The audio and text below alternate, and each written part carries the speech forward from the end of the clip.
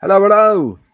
Welcome to Paul's Beer Reviews and another last minute planned live stream. Sunday evening, I fancied a couple of beers. I've got a couple of friends with me. We're going to have a chat, a general chat, and a general catch up about beer. To my right, I've got Mark from the Craft Beer Hub. Hello, mate. And just below us, in beautiful Bonnie, Scotland, we've got the Crummy Beard himself. Thank you for joining us, both of you. So you want to look at it. Oh, Jesus, look at it. It's filth. I'm probably jealous of that. I could do with a backdrop like that. That would be nice. I've just done a week away in the camper van in the Broads where it's weed it down the whole time, so I'm quite jealous of that weather and that scenery. You wouldn't have been jealous yesterday. the one day of my trip that I needed to be outside all day, you know exactly what happened. Soggy. Yeah. Very soggy. It sounded a bit like what it was like down here yesterday. It peed it down the rain up until about 5 o'clock and then stopped for a couple of hours and then rained again.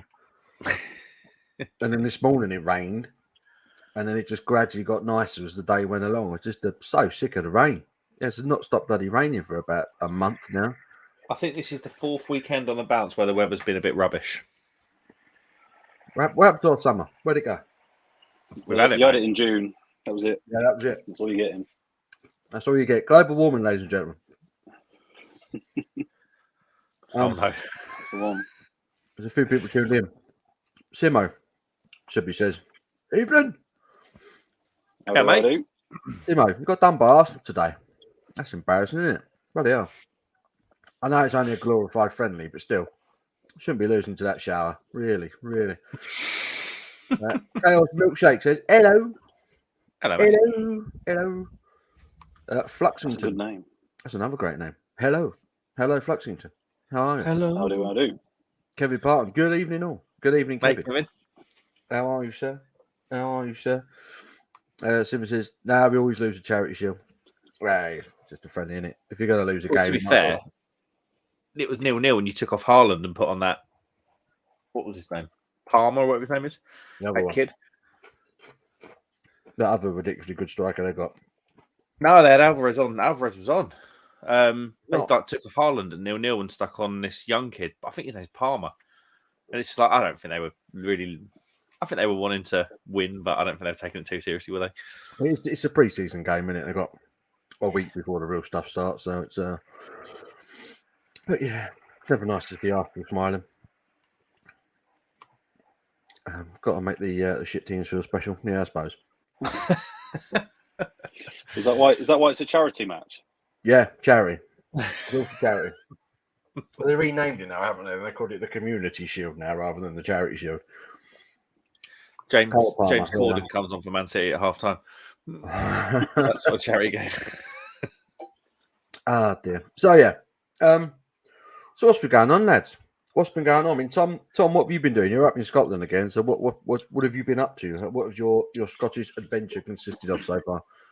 We're only this is day 3, I guess. I came up for the downhill bike leg of the big UCI championships they've got going on all over Scotland this week. I think if you've probably seen, if anyone's tuned into BBC One today, they had all of the road race on that going through Glasgow. So, the downhill sector was here on that mountain. Hold on, let's have a look. On where are we? That one, the flatter one behind to the right of your screen. On the other side of that, so I went up there. I only had tickets for yesterday, which was the final. Went up there, got very wet, but UK came in gold and bronze, so we're happy. Oh, nice. Happy day. Yeah, and then I'm going to do a little bit of touring from tomorrow, find some nice beer, some distilleries, that sort of thing. But I don't know where I'm really going yet. Just going to wing it. So, so cool. You've not got any distilleries in mind, because every time you go to Scotland, you do come back generally with an overpriced bottle of Scotch, don't you, mate? Sometimes they're underpriced, sometimes they're not. But there'll be some. Have I got any in mind? I would. Tomartin is one. If I can persuade myself to drive that far, Old Pulteney and what's the other one? Wolf something, right on the top there. They're three that I'd like to go to, but whether I'll get to all of them, I don't know. We will see. We will see. That sounds good. Sounds good. I might go into a distillery. I've never been to a Scotch distillery. I have to do it at some point. I just wish I appreciated it. It's one of the things that I just really wish, because Tom, you tried to give me some bits after going out to Beast on that Friday, didn't you? Was it? We tried. We got back on the Saturday. I can't remember, but I just don't know. I just really wish I liked it, because I just know I'd appreciate all the flavors, but don't know. It's I feel like it's almost a craft to get into it. Yeah, like you need some dedication and effort. You can't just. But I'm sure there's some people out there, but most people don't just walk in and like all of it a lot straight away.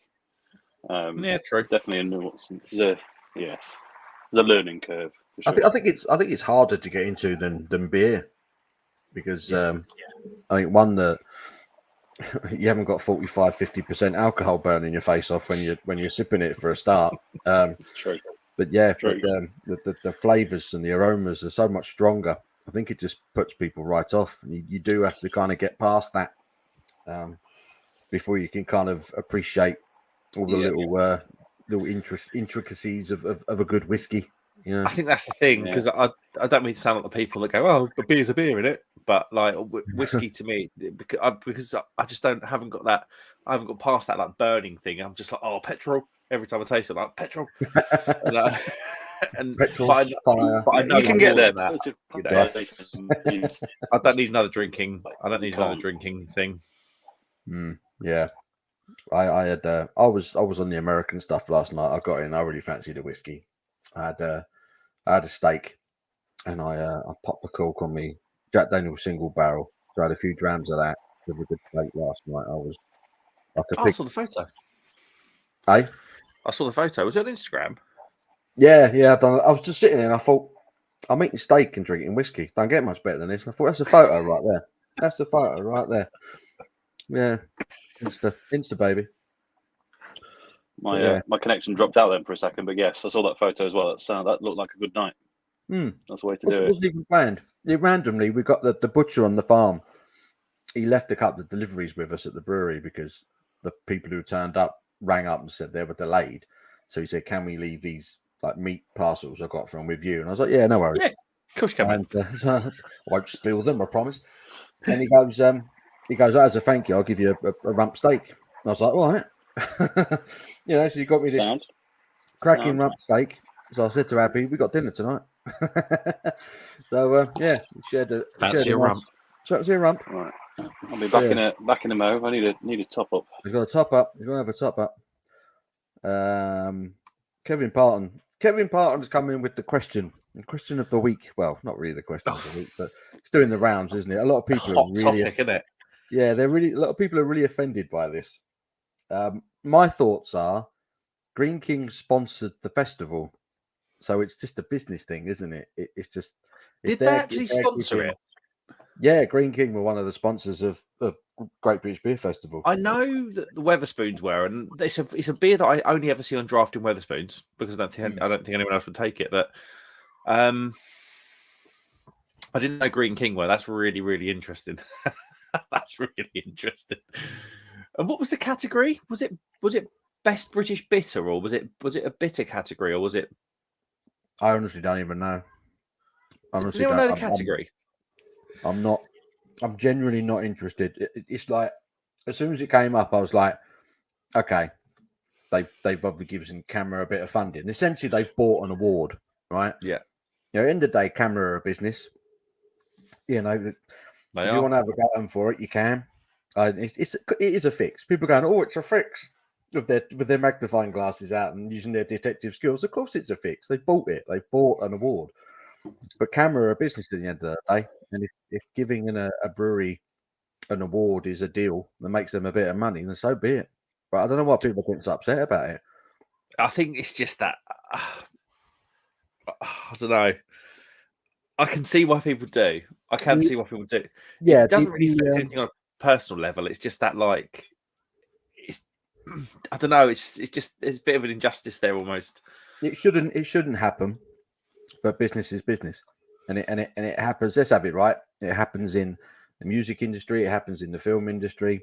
You get producers that will buy awards at the Oscars and the Golden Globes and all that just so that their talent attends the ceremony, and two, it's good promotion for their films or their album or whatever. It's done across the board.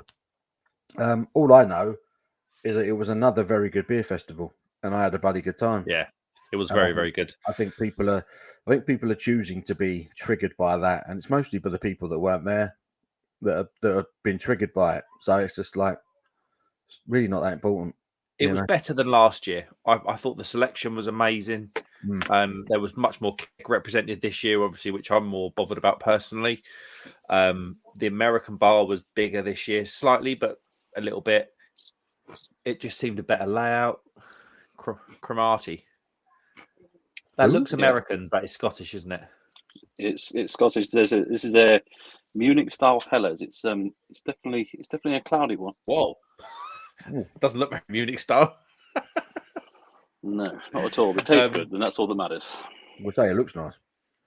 But even the prices, I didn't really notice a price increase from this year to last.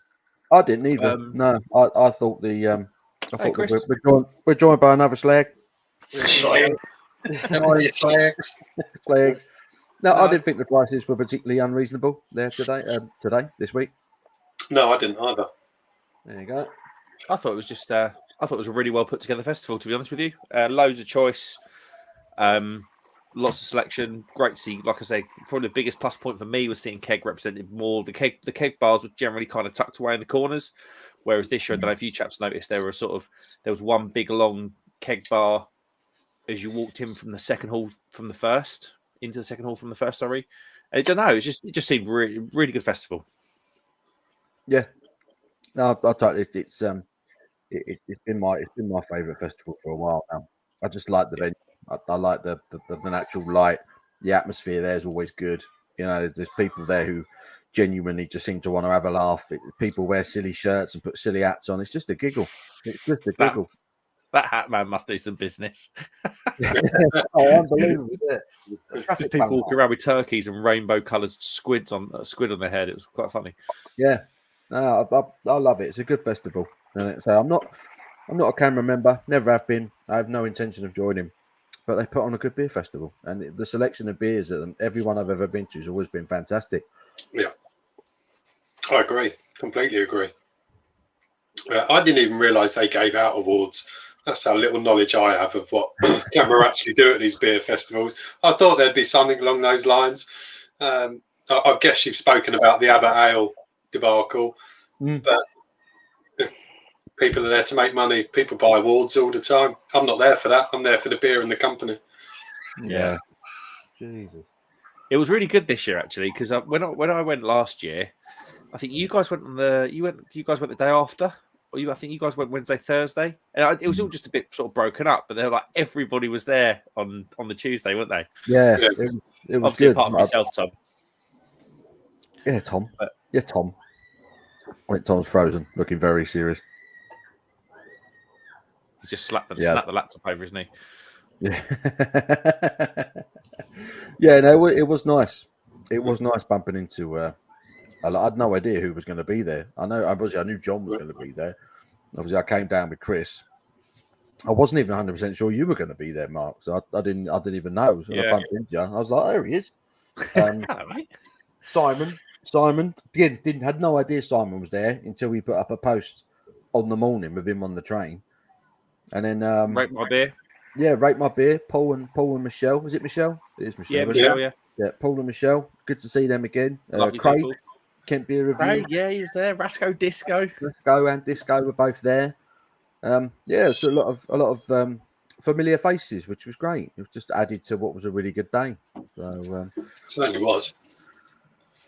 Who else in the chat? Got Leah Miles. Leah Miles. That's a name I'm not seeing for a while. How you doing, Leah? Hope you're well. Evening all. David's in. David Longstaff. Hello, sir. Did any of you get a pint from Fishy Rishi?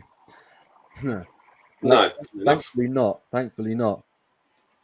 It's funny. I didn't know he was there, but I heard all this booing going on. Yeah. Yeah. And I can't be sure, 1,000,000% sure if it was that was him. But I heard this like jeering and this bullying going on at one point. It's coming off the balcony in the big hall, but I can't be sure if it was him. But it probably was about the right time. Me and Chris wandered to the. I think we wandered to the German section, didn't we? And then Abby sent me a photo. Yeah. She was still near John's bar, and that's apparently where he was most of the time at that end. So luckily, I was at the other end of the entrance, isn't it? Near the entrance is where he was. He could come in, pull a pint, go straight back out. He was never going to walk around the whole venue, was he? Nah, absolutely not. Never. Nah. Just Did everyone see that bad pint pour was actually a Photoshop gag? Yeah. I've seen that. Yeah. Oh, was it? Yeah, the original was actually quite well done, annoyingly to most people. So they just shopped in a bad one. How petty is that?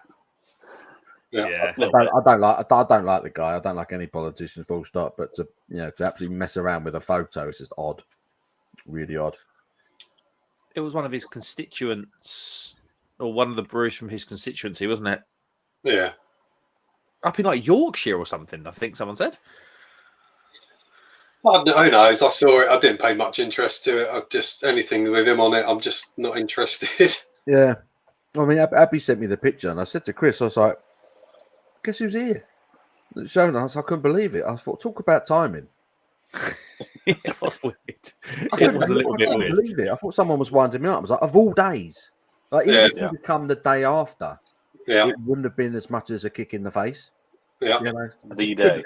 The day the duty prices all went up, he's there at a beer festival. I'm like, how disconnected are these people?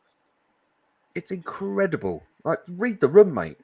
He wasn't wanted. He wasn't wanted there. He had no business being there. It's really, really weird. Yeah. So that is the state of the individuals that run our country, ladies and gentlemen. They don't have a clue what's going on. No. Liam Miles says, which would you say is better, Brew London or GBBF? For me, it's GBBF all day long. Yep. It's a better festival. It's a better festival. Brew London this year was different because it was smaller. It was on a much smaller scale. It was actually a little bit disappointing in hindsight, really. I tried some great beers and did some great networking, but in general, it wasn't great. But yeah, GBBF for me is a proper beer festival. It's what it's all about, and yeah, I think in hindsight, I probably had better beer there as well. It was just a lot of GBBF for me is that setting. It's so light in there. Like Brew London feels like you're in the shipping container, whereas GBBF there's natural light coming in from literally everywhere. It's a very grand old Victorian. It feels like an old train station. I don't think it is because I did ask last year, but it was a stunning venue. Stunning. Yeah. Olympia is a fantastic old building. It's a wonderful venue. It's just like you said, the sheer amount of natural light comes in. You could be outdoors. It feels like you're outside. It's great. It's perfect setting for a beer festival, really. And like I say, the beer was fantastic. I mean, did you have any highlights from it, Chris or Mark, beer wise? I really enjoyed that really dark Belgian we had. Oh God, yeah. What was that? That was pretty stunning. Can't remember what it was called. Actually, my highlight was actually I took a punt at the German bar on a Pilsner, which is generally always going to be good anyway. I can't remember what that Pilsner was called now, which is really going to annoy me.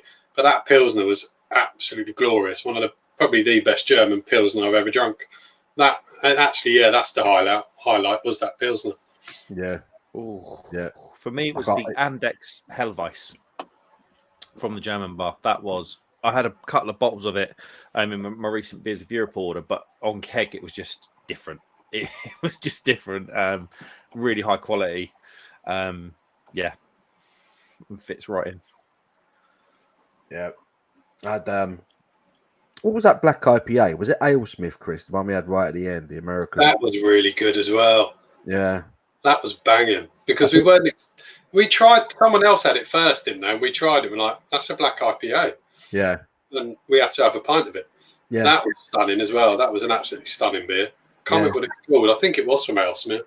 I think it was AleSmith. Yeah, like I say, because someone else had it and then I had a sip and I was like, bloody hell, that's awesome. Yeah. And me and Chris was like, let's go.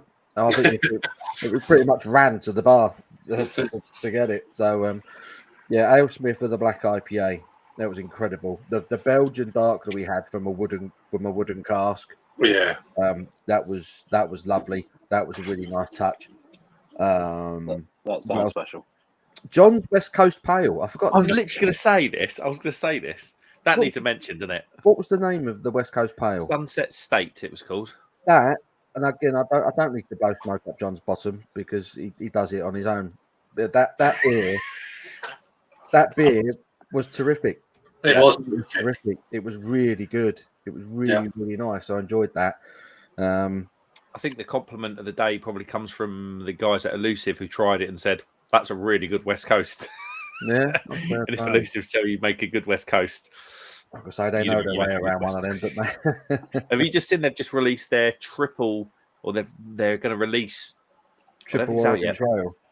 Yeah, Triple Oregon, yeah. Yeah, I do want a can of that. Yeah. Have they released it? Is it out? I don't think it's released. I think it's on I think they just stuck something on Instagram. Yeah, I was listening to an interview with the owner, and he was talking about Andy Parker.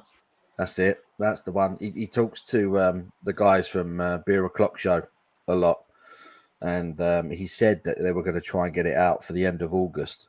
So it must be either they're ahead of schedule, but either way, I was like, bloody hell, a Triple Oregon Trail. Oof. Yeah. Hold on. Are Elusive at the LCBF? They are indeed. You never know. You never know. Yeah. That's moving on to the next thing. So London Craft Beer. It's London Craft Beer Festival starts this coming Friday. And last year, in terms of beer, it was easily probably the best beer festival I've ever been to in terms of craft breweries. If you could like have your pick of all the craft breweries, they were all there. And it's the same this year. You've got Daya, you've got Verdant, you've got Sure Shot, you've got Salt, you've got Vocation. All the big boys are there, But then there's the little ones that are coming up, like Two Flints in Windsor that everyone's raving about at the moment. Beaker there, there's some incredible beer going to be there, and that's without even getting started on the American stuff. I am tempted to go. Come on, Chris. I've just bought a ticket today. Come on. So tempted. Yeah, if Rachel comes, then if Rachel agrees, I'll come. But Rachel's dad's in hospital at the moment, and I've literally barely seen her for a week. I saw her tonight for about an hour, and then because she has to care for her mum, and mum can't be on her own. So Rachel's gone back down there tonight and is not coming back till Thursday.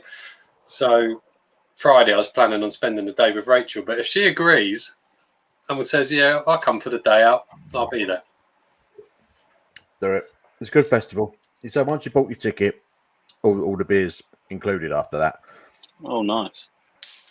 That I did not know. That is true. Yeah, that's true. And just so you guys, just so you know, Chris, I got the trade. I did get a trade pass approved I've done it a couple of months ago when we originally talked about beer festivals way back when. But I just got another one approved today because I lost my. They basically send you a discount code. They ask you what you do, why you want to be at the trade session, send you a discount code, and it goes from like 50 or quid down to like 21 quid. Yeah, I think it's 60 quid for a ticket normally. And you get 60 quid, and you don't have to pay for beer when you're in there. True. No, that's a fucking bargain anyway, isn't it? It's not. Well, it is. Yeah. Yeah. Surely. I've been looked after. Last year, Jamie from Salt got me the tickets because he was exhibiting there. And then this year, shout out to Double Barreled, Sarah, a Double Barreled who came to our brewery last week, said, "Are you going to London Craft Beer Festival?" And I said, "I probably will, but I haven't bought my tickets yet." And she said, "Well, we're on, so if you want some tickets, we'll sort you out." Oh, so there we go. Yeah, so, quality. That's great. So yeah, I've got to make sure I go straight to Double Barrel next week and give her a big thanks. Giggity. I had a really good beer from them. Yeah. I had a beer from them called, was it called like Snoosk or something? Pale ale, they got like it might be one of their core range beers. double barrel, my first double barrel beer, and I was like, wow, this is pretty decent stuff. It sounds like the name of their Pilsner. It's got a silly Snooze name like that. something. They're doing some good stuff at the moment. They're Parker Pale Ale, awesome. It's only 4.5%. It's really, really good. And It could have been that blue and blue greeny can. Yeah, Yeah, that was it. Parker. Parka, isn't it? Yeah. As in like a Parker jacket. Yeah, that's what I had. Really nice beer. That. Really That's where I nice got beer. snooze from. Yeah, Just making up words. Just making noises. I have a question for you while we've been talking about all things pale and West Coast. Has anyone tried anything with Callista hops? No, not that I'm aware of. I might have done, but I can't be sure. I saw something about Callista on an Instagram page. No, but I've not had anything with it in. Okay. No. So I had a single hopped Callista beer from Black Isle when I was at this event yesterday, and that's exciting. That is, it's like pure. It's pure pineapple. Oh wow! Yeah, like really. I don't know. I just think it's not very widely used here, at least.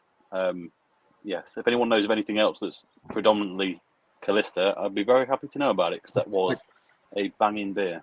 I get the feeling that I've had something from Mad Squirrel with Callista hops in it. Okay. I don't know if Chris is any of the wiser, but I feel like I've had something from them that use Callista. I don't think so. No, I'm not convinced. Well, if anyone happens to do a Black Isle order anytime soon and fancies trying it, it's Rolling Palace 7 because their Rolling Palace series are a single hop series. They do a different one each time. Nice. And that it was just surprisingly brilliant. That's all I can say. I think who's your boys in Nottingham? Black something. Black Iris. Black Iris. That's it. They're at London Craft Beer Festival this year as well. Yeah. Not surprised. I've not had anything from them, but I've heard good things, and their artwork is awesome. Majority very good. There's a few. No, they're all. To be fair, they're all very good. They do the odd thing. There's normally collabs that they end up doing where it's like that was just a bit too sweet and not quite, But in general, the quality's always very much there. Yeah, I had Bayesian breakfast from them canned probably 2.5, 3 years ago, and you said it wasn't like you said that wasn't anywhere near one of their best beers, didn't you, Tom? No, it's not. No, yeah. Well, I remember Pale Ale. Mm-hmm. Yeah, I remember it being all right. OT Pale.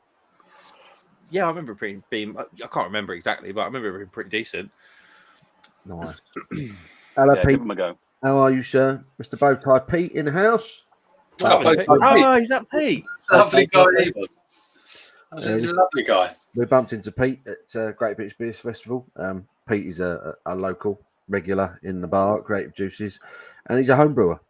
And he had a beer on at Watford Camera Beer Festival the other week. So well done, Pete. That was excellent. Did he enter it? I don't know. I don't think you entered. Did you enter if Pete, if you're still watching? I don't know if you entered it for actual competition, but he had it pouring there. And by all accounts, it went down very well. And he's going to have I think he's having a beer on at St Albans Beer Festival as well, which is Superb. It's time to see the sun hitting the mountains as it goes down. Yeah, that's cool. oh, Look at it. they're gorgeous. Look at Where it. are you, My Tom? egghead at the bottom. I am just outside Fort William. So hold on. You see the mountain in the middle now. Yeah. That's Ben Nevis. Nice. That's quality. That's cool. What a view. What All right, a isn't it? view. Not a bad place to drink beer. Oh, Yeah. nice. I tell you what, last time I was there, I wasn't old enough to drink beer. I need to go back again and get hammered. You do. You definitely do. Not go and enjoy the view, just go and get hammered. just look at it, just fall off the balcony or whatever Tom's on at the moment. They've got some beer worth drinking. Well, yeah. Hell yeah. Love it. Oh, here we go. Pete says it was on sale. Apparently came third in the vote. Boom. It's not bad, is it? Very nice, Pete. Yeah. Goodness Very me. good. Well done, Sam. But yes, what is it? 27th of September, St Albans Camera Beer Festival starts. And it's a 4-day event. 4-day event this year. Really looking forward to it because I haven't been for a few years. I haven't been since before COVID. Used to go to it every year. And I say, yeah, there we go. He's got his old London Porter on at St Albans, and it's fermenting at the on that, moment. man. Oh, tidy. There we go. Very nice. Top man. Looking forward to that. I think the best beer at Brew GBBF was voted as was it Ellen Brewery's Old Porter? That rings a bell, actually.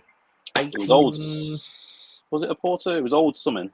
1887 Porter or something. I think Here it was called. Here we go. Joel Morris is That's the one. There you go. Ellen's. Yeah. Ellen's 1872 Porter won a champion beer of Britain, and also need to try that Diablo Dragons, Braggarty Twit, Braggarty Twit, won a gold for IPA. See, I haven't even looked. That's how little I pay attention to who wins and stuff. I'm just there for a good time. There for a good time, baby. Damn straight. That's what it's all about. Leah says, I do enjoy a dead man's fingers. Oh, oi. Do a little stretch for that, Leah. Slightly out of context. I do apologise, Leah. Well, dead man's fingers, that's the rum, innit? Yeah. There's lots of varieties of it. Lots of varieties of dead man's fingers. I've never had that one. Gavin, what have you been pouring there, Mark? Good to see you here, mate. Good to see you here, Sam. Thank you. Joel says, he's on a blue monkey. Monkey. I wouldn't mind seeing Foo Fighters next year, but I'm not going to the West Ham Stadium to watch it. Sod that. No, that'd be crap. Absolute dump. Absolute hole going there. Pete's reminding us, don't forget Abbott's coming second. Yeah. Did Abbott's come second in the champion beer of England or Britain? Yeah. Is it the overall? Was it the overall that it came? Was it? It was. Yeah, it was the overall. Yeah, it was silver. Overall, yeah. Champion beer of Britain, silver. I didn't realise that. Yeah. I mean, I think me and Pete were literally discussing this the other night, and I just said they bought it, haven't they? It's a big, they bought it. They've sponsored the event.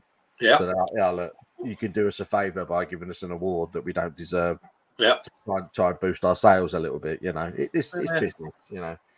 It is business. It's a kick in the teeth for the smaller people, but that's the problem, isn't it? Yeah, and that's what irks me. But like I said, I don't go there to watch beer awards. I go there for the beer, the company, having a great time. And when I saw they'd got that second place, I was like, that's a bit unrequired. But I get it. I completely get it. And you look at football teams. Football club owners buy the league. It just goes on, doesn't it? It's just business. It's just money. And I like I say, I go there for the good time. Not interested in the rest. Simple. No, it is what it is. Yeah, it is what it is. As soon as I found out, I was like, okay. Like Abbott Ale, really? Yeah. Like we know. Everyone knows. Everyone knows. Yeah. Just everyone knows. It's as simple as that. Everyone knows it's not good. They're not going to put a label on the side of their bottles of Abbott beer saying second place at Camera, are they? Because just everyone knows it's fixed. It's like when Brewdog slap a World Beer Awards gold stamp on one of their bottles. You know it's you know it's nonsense. True. You know it's nonsense. It's true. Yeah. Didn't their lager recently win the best lager in the world or something at the World Beer Awards? Yes, Brewdog lost lager. Yeah, because that's definitely not better than anything from Germany or anything from the Czech Republic or anything from Austria. Exactly. No lager I've ever drunk comes close. Yeah. So Brewdog's lost lager. Yeah. World's best lager. Yeah. Oh, God. Without a shadow of a doubt. Yeah. Incredible. Gold in a glass. Chris says Timmy Taylor's have taken over and Hobgoblin as the real ale sponsor of Bloodstock this year. No. That doesn't look right. It doesn't. Yeah, as a brand, it doesn't fit. I'm not sure it's a terrible thing in terms of. No, I was going to say not at all. Available. To be fair, if I could have had a pint of Landlord while I'm watching Megadeth, that wouldn't be a bad thing. Oh, another one. I went to the Timothy Taylor's pre-event with Ivan from Tap In. Are you in? Are you in with them yet, Paul? What's that? Sorry. Are you in with Tap In yet? No. Do you want 12 free weeks? I'll speak to you about it later. I keep doing this thing where he keeps having to go at me for giving away some of his space for 12 free weeks. But I keep pushing people his way and he keeps signing them up. So I don't know what he's got to moan about. Win-win. Yeah, I was at Timothy Taylor's pre-event at a pub just down there. It was called like the old flower pot or something. It was just out of the GBB door, right, just up there. And they had a blonde on there that was 4.5%, and it was amazing. Like the condition on it, it developed like a Guinness. Like they just poured you with this pint of like bubbles, and it just went. It was just beautiful, creamy, lovely. I quite like Timothy Taylor. I like Tim Taylor beers. Yeah, not bad. I enjoy Tim Taylor's. Except for that Hopical Storm, that was abysmal. Oh, they shouldn't. I didn't even bother buying that. I wasn't even gonna bother, and I watched some reviews of it and thought, yeah, I'm glad I'm not bothering buying that. I honestly thought the amount of money they put behind it, like they sponsored the front of the Ferment magazine that was given out at Brew London. Every beer-related billboard had it on. It was in every magazine. There were TV. I think there were TV adverts on it, and I thought, God, they've gone in on this. And I kind of put that, and I thought, well, I don't actually mind the Timothy Taylor's beers, and companies like Badger, for instance, have made that Outland Brewery, haven't they? Those beers are actually quite decent.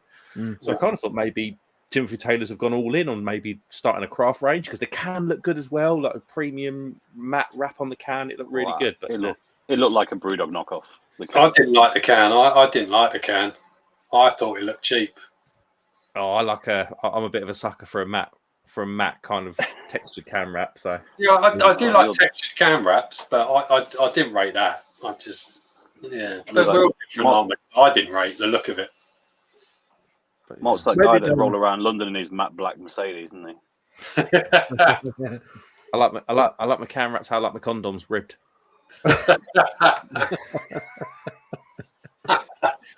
For her pleasure. Oh, hello. Are we live? We're live. And we're live.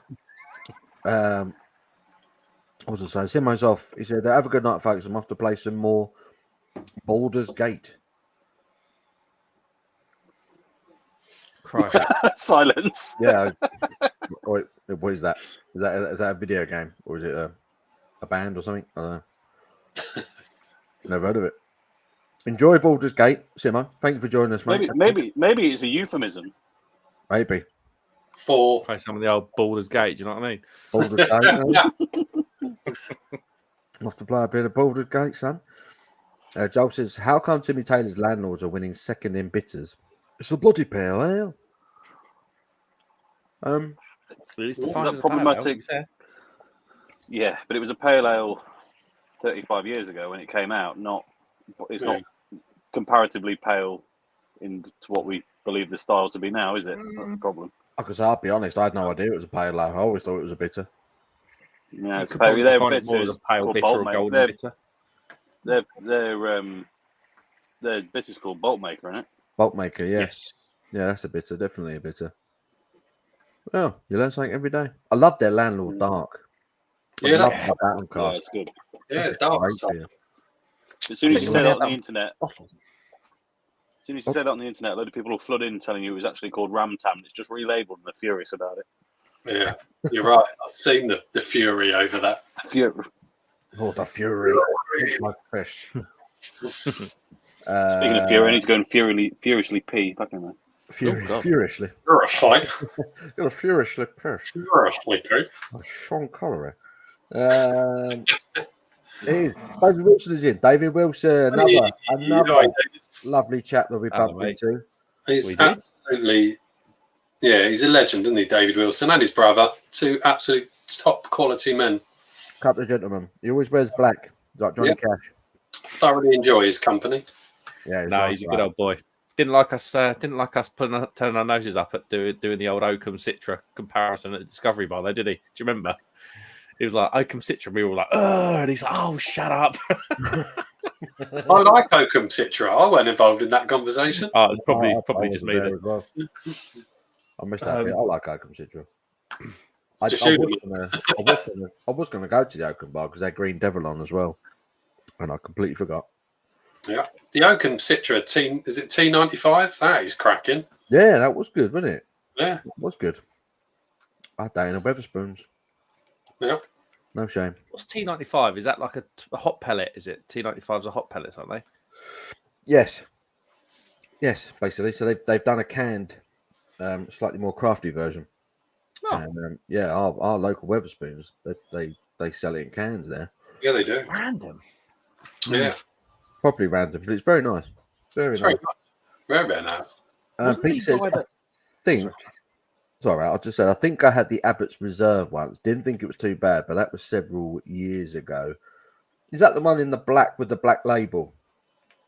Abbott's Reserve. I think it has got a black label. It's not too bad. Abbott Reserve. It's all right. Yeah, I don't mind. Because I tried the Abbott. He said, in my opinion, it's not that wasn't the production version, but he reckons it was a small batch version brewed for the competition. That wouldn't surprise me. Mm. And I trust David's opinion on taste with beer, and that could well be right. Yeah. But Still could be. Didn't taste it. Joel says Jaipur came third in IPA. Really? I mean, how many awards did they do then? Well, I guess they did them for all the categories. Must have done, yeah. Have we got a list? They don't. They do like light bitter, darker bitter. They do. There's like almost for every star. There's 2 or 3 categories, I think. Right. I might see if I can find the list. See, I've never had, because you just don't see it down our way. I've never had Jaipur on cask. Sorry.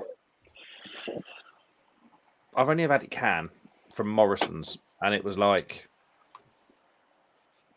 the most forgettable drinking experience I've ever had in my life. So I could listen. I could hear you as I went inside. You were talking about the Abbott being a special brew. I'm sure I read somewhere that it was barrel cask, wooden cask. Wouldn't surprise me.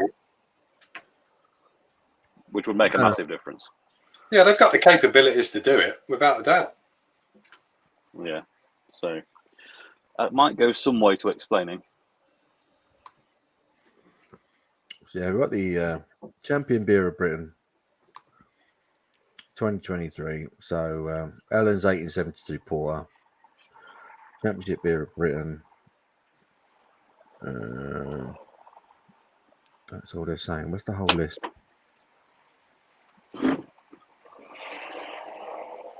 That's annoying. Can't get like the whole list. Oh. I'll find it at some That's a point shame. when I'm not live on YouTube, but I'd like to read them out. Who won what? It's always interesting to see who's. Oh, Tom! I completely forgot. Or what? Oh, Was that Tom was Robinson's old Tom? on. Oh, Tom was on cast. And I Oh, completely old forgot. How did you try it? No. What is that? Robinson's beer? Yeah. Mm. God. What's it? 8.5%? Is it? Oh, Tom. About that. Yeah. Something like that. 8.5%. It's a lovely beer. I've got ginger I'm in the one best. as well, which is also quite nice. I'm in the best place possible to retell this story for the 100th time. Last time I drank Old Tom was the day before I went to climb that mountain there, and I just took it with me in my bag for camping. Totally, forgot what it was or how strong it was, and just all right, let's have a quick nightcap and need to get some sleep. And then got halfway down and went, this is a bit pokey, isn't it? That's like 8.5%. I was like, well, I slept well before going up, so. I'll just have this little ale. Mm. Won't do any damage. That'll be fine. Captain Moose says, just want to congratulate you know who for their historic win today. Bless them. I couldn't care less who would have won that. Nah, I did it. I forgot it was on. I could hear the hounds. It's not mine. Oh, not yours. Someone else's Perfectly, his beer dog comes on. Well, in that case, shut up, bloody dog. Chris, I'm just glad I'm taking a case of Loch Lomond. and a case of Better World as well with him to Bloodstock. Yeah, some good beers there, mate. I do not. I've not had anything from Better World for a while. When they were No Heroes before they did the rebrand, they were terrific. There's some really good beers. They were the silver cans, weren't they, with animal prints on the front? Was that them? That is the one. Yeah. I am. Yeah. They weren't. They weren't that one at Brew London selling all the animal, all the elephant. No, that was Fauna. Yeah. The other animal one. Yeah. Just trying to think if I've ever bumped into them, but I don't think I have. I've never had a good Loch Lomond beer. Really? Quite a few, and I'm not just talking little specials. I've had bottle shop jobs and all sorts at exuberant prices, and they've all been, really bad. I'd have to agree with Tom. Loch Lomond sent me a load of beer, and I wasn't overly impressed. They were all right, but not one of them that I have that blew me away. I really like Loch Lomond. Isn't that weird? I really like Loch Lomond. Brave Hop, I think it's terrific. And we had a stout from them, didn't we, Mark? At not GBBF, DRX. Yeah, I was just literally going to say that. And Impy Stout, wasn't it? Yeah, that was really good. That was terrific as well. Yeah, interesting. Again, there it is. How subjective beer is. I tell you what I think it is. I think they do too many, possibly. Yeah. Yeah. So you got a bigger chance of getting something you don't like. Yeah, almost. Yes, especially when a lot of their stuff is like Little Aldi, lob a load of pinched marshmallows in it. Do you know what I mean? That sort of stuff. I remember when Loch Lomond first put Brave Hop in Lidl, and at the time I said that is the best beer that's been put in a supermarket for that price. It was $1.79 a can. It was the Citra Heavy. What was it? 6% IPA originally, Brave Hop. And I just maybe they use Citra and everything. That's why I don't like it. Oh yeah, maybe. Did they release that black IPA about a year ago? Didn't they? That was really good. Was that just Brave Hop Black? Wasn't it just a black version, the same hop profile, but with could have been. I'm not too sure. I can't ever remember drinking Brave Hop, but it was just a black IPA, and that was really good, especially for the money. Brave Hop, I genuinely blew my mind for the price. I thought this is ridiculous. This is like the best supermarket IPA I've ever had, like easily. Really, was it that good? It was that good, and then they just stopped selling it, and that was obviously because Loch Lomond thought we can't sell it for that price anymore. It was how strong was it? Really how strong was that one, Paul? It wasn't that strong. It was in the 5% region, wasn't it, or just under? I'm sure it was 6% when it first went into Lidl. I'm sure it was. Really that much? Yeah, I'm sure it was. That was a good little drop. That was that black IPA. That was that Williams Brothers Guava, Shea Guava Lager, and then there was that Love Lane Maple, that slightly smoky maple Imperial Stout. There's another one, Williams Brothers. They're one of them breweries. They knock out some absolute belters, but then they knock out some absolute shockers as well. Oh, they do, yeah. They really do. Be the shockers that the ones you remember, but Joker is a solid IPA. Oh, Joker's fantastic. Well, me and Mark had the pleasure of the double Joker as a blind beer tasting the other night from the Lager Log. That was really good. Yeah, was it 8.6 double Joker? 8.2, I think it was. 2. Gosh, again, it's outstanding. But good beer. It's because Joker are so aligned with Aldi now. They've just got a rubbish reputation. No one double takes at Williams Brothers. It's actually a shame. Was it Williams Brothers that did? Was it like it's in Lidl? I'm sure it's still in Lidl or Aldi rather, like a white IPA or something like that. Yes, that was pretty tidy in a yellow can. Yeah, that's it. Yeah. So the beer dog has just confirmed. He says, "I've just checked my Loch Lomond. Brave Hop is 6%." Really? Yeah. I think that beer. I mean, I haven't had it. I haven't had it now for at least 18 months. That beer, when it went into Lidl, I was blown away by it. I thought this is ridiculous. I wasn't even sure because I'd only heard of Loch Lomond through the Lidl launch, and I was almost of like, do Loch Lomond even know what they've got here? Do you know what I mean? I was like, this beer is stupidly good, and you're selling it for $1.79 in a supermarket. I think, how can they do that? It was outstanding. I hope it's as good now. Well, there is a trend with Scottish breweries in discount supermarkets managing to make very, well, not always good stuff, but certainly relatively high quality stuff for the price, even if the taste profile is not there, if you know what I mean. Much more so than the rest of the UK breweries. I don't know why that is. Where is 71 from? Edinburgh. Yeah, that's Scottish, isn't they? Yeah, Edinburgh. See, I've got a bit of an issue with them. But generally speaking, I know what you say. Like, yeah, I absolutely agree. Who's the worst? Like, who's the worst breweries in like Aldi and Lidl? 71 are up there for me. Oh, it's Aldi and Lidl. The worst one is their fake brewery, the Hop Foundry. Oh, the Hop Foundry. Yeah, the Hop Foundry. Graceful. Oh, Tom's fighting. Tom fighting Scottish midges. You never win in that one, mate. You never win. Just one solitary one just arrived. So I might have to run away in a minute. We'll see what happens. They'll come after you now. Then kilts and axes and all that. They are vicious. I reckon Love Lane have done some all right stuff. They had that raspberry Berliner Weiss that went in. That was all right. But then they'll do like a bonbon strawberry IPA, and it's like, what are you doing, guys? Are they Manchester or Liverpool? Liverpool, are they? Love Lane. I've got a Love Lane stout that's been sat under this bar for probably pushing 2 years. Oh, it's not that maple one. Yes. Probably. Oh, that was mate, good. Really I good like beer. the maple one. Yeah, that was actually a good one. You should have had that. It must be in this bar for 2 years. Might be pushing it, but it's certainly been in here since it came out. It's probably still alright. It's about 8.5%. That's a really good beer. That Disco, how are you, sir? Hey, Lovely Disco. to see you again the other day, mate. See you, Disco. It was good to see the old boy. He's First a good time I guy. met him. He's a good guy, this guy. I like him. Rasco kind of vanished. I saw him briefly at the beginning. Yeah, he did, didn't he? And then he just kind of vanished into thin air. I didn't know where he went after that. It was odd. Lee, if you can do, I'd say GBBF. Yeah, London Craft Beer next week is always worth a visit. Prefer over Brew London. Yeah, the music at Brew London gives it a kind of an atmosphere of its own.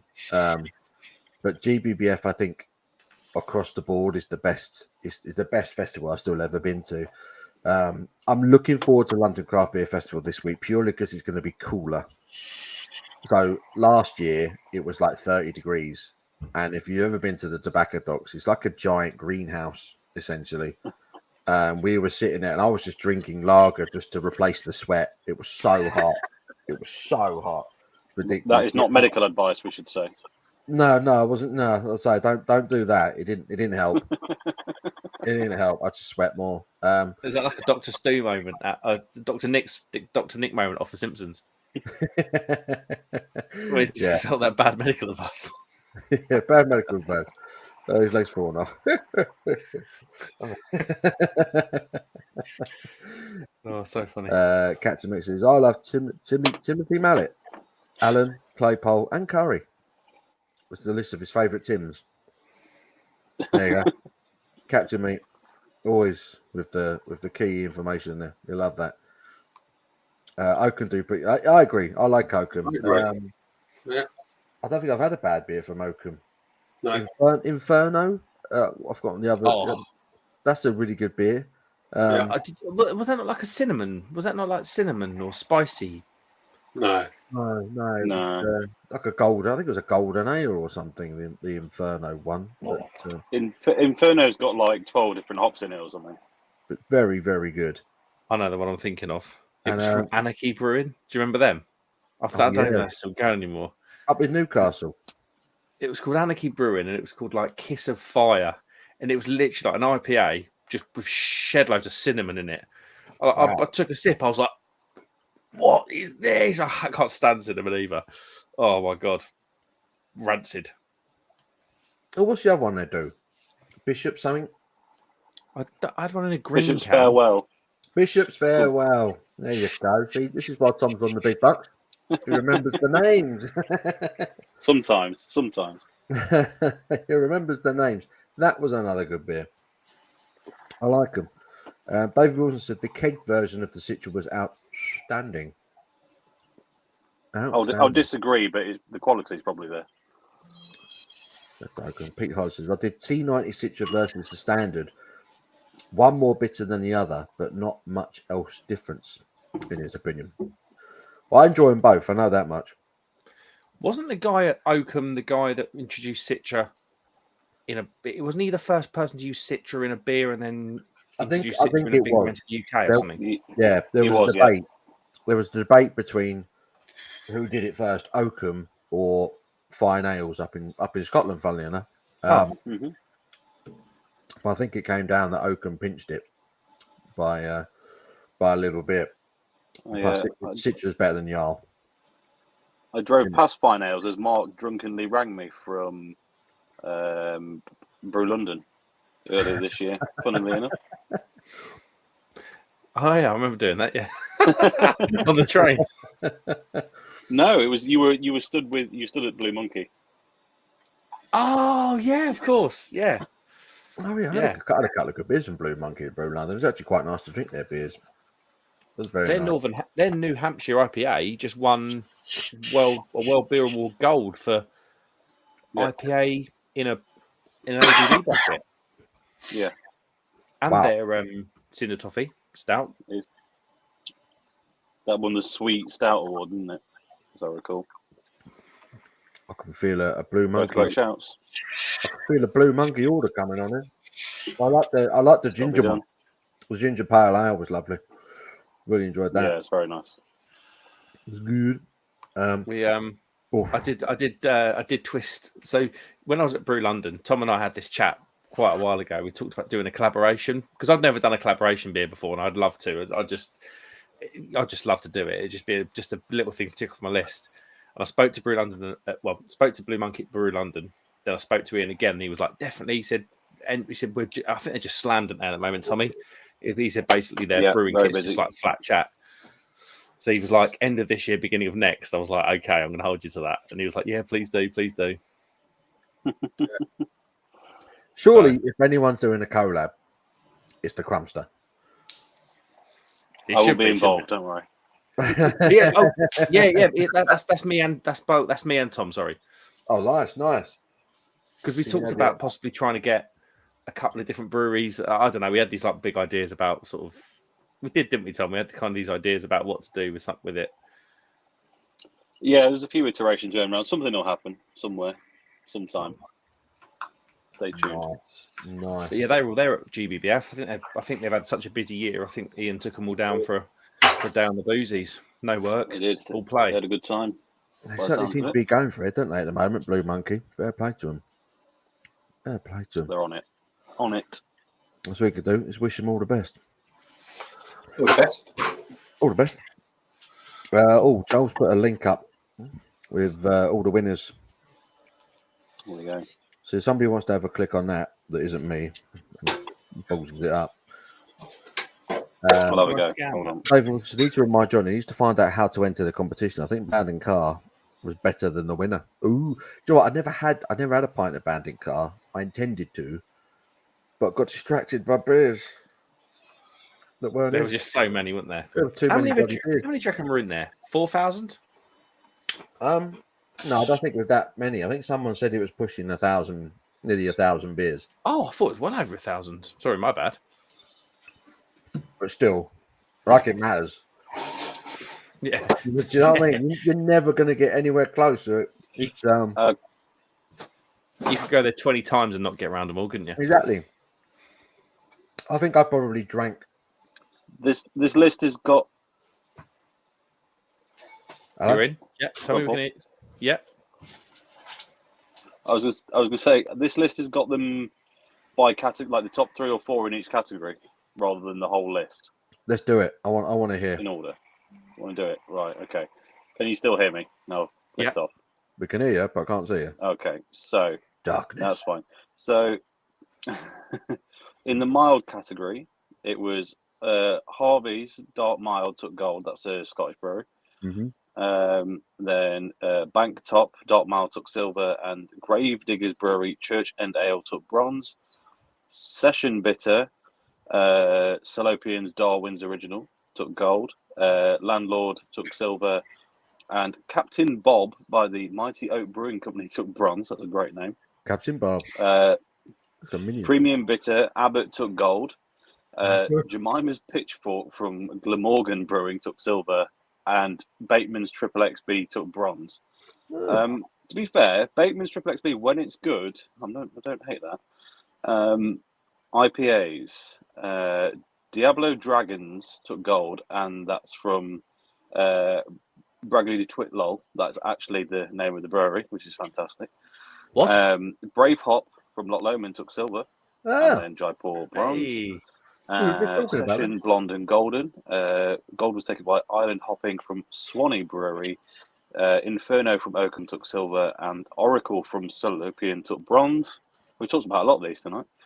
Salopian done well, didn't they? Premium Pale Golden. Yeah. Premium Pale Blonde and Golden. Well, how's that different to the other one? Oh, this is Premium versus Session, so stronger ones. Electric Landlady from Baker's Dozen Brewing Co. took gold. Kiwi from Black Edge Brewing took silver, and St. Austell's Proper Job took bronze. Good beer. And then winter round winners. So this is the dark stuff, I guess. Bit mean just to point it into winter, but here we go. So the winner of the Stouts and Porters session was one local to me at home, Dark Drake by Dancing Duck. It's very good, but I'm not sure I'd pick it as a winner, but never mind. Stouts and Porters Strong was the Elland 1872. Speciality Flavoured was an Earl Grey IPA from Marble Beers.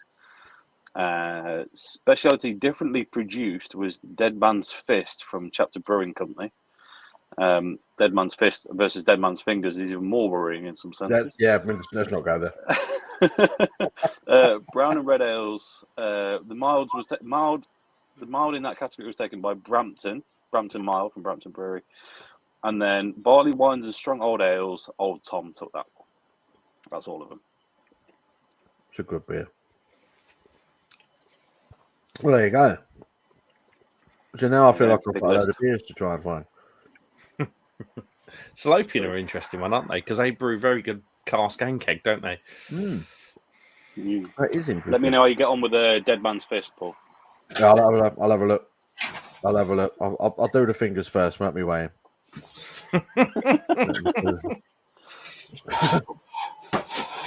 Nothing smart.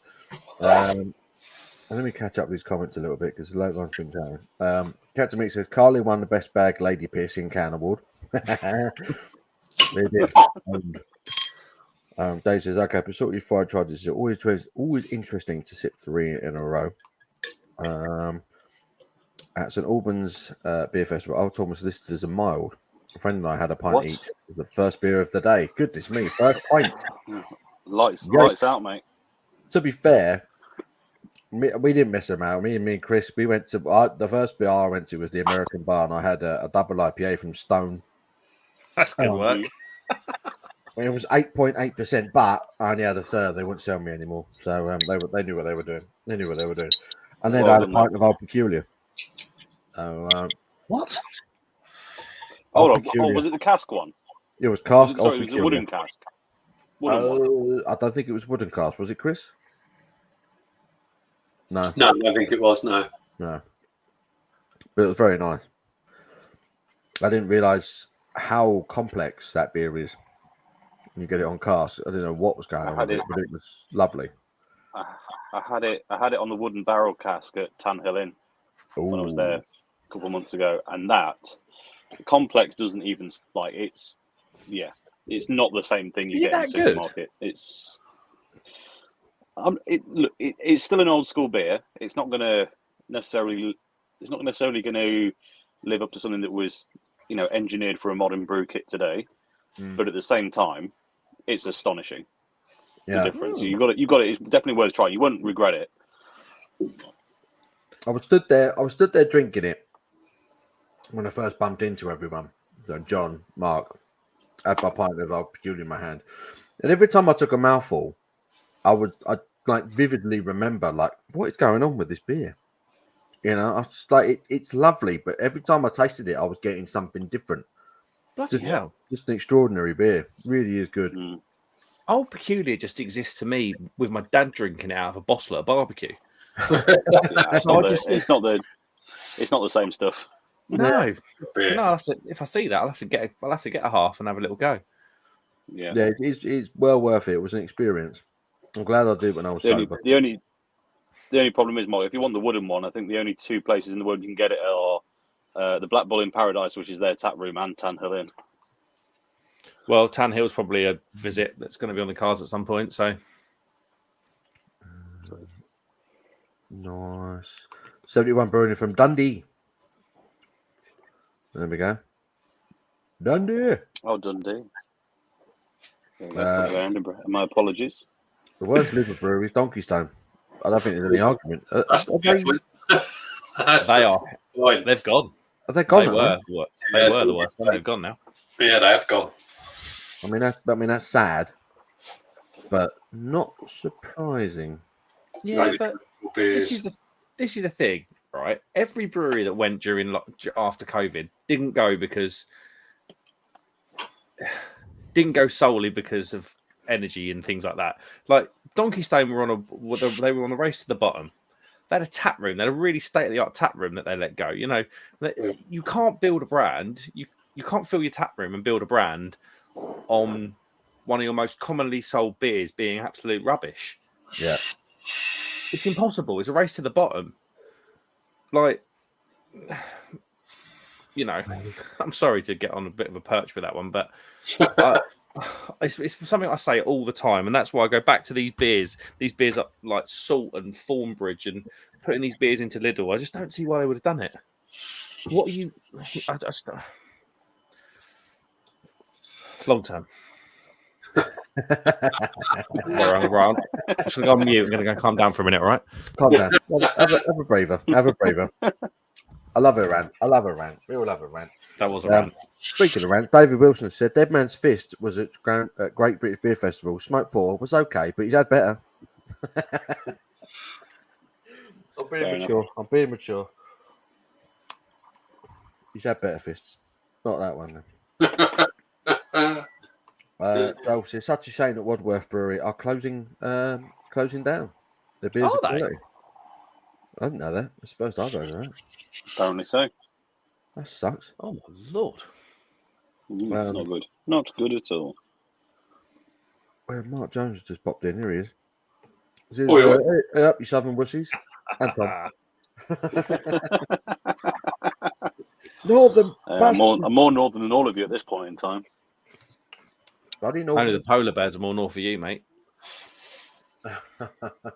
It's true. It's true. Chris spoke to John regarding Disco Made Me Do It. More than one cask fermenting with different types of wood in different casks. Sounds like we will both enjoy. So this is a beer like over a year in the making. I mean, hopefully we'll have something quite special come this Christmas. Looking forward to it. Fingers crossed, because it's been going for a while. Yeah, we saw it all racked out, didn't we, when we were there, Tom, the other week? It was all racked at the back of the toilets, horizontally racked. Yeah. At the back of the desk there. David Wilson's currently in the spoons. In my spoons on Cask Road Crew. Not too bad. Nice. Lovely. Road Crew? What beer is that then? Road Crew. Mark says, where are you, Tom? As north as you can get. Pretty much. I'm in the Highlands of Scotland. Beautiful. Pete doing a shout out for Mighty Oak. He was. Pretty good brewery. Cameron's.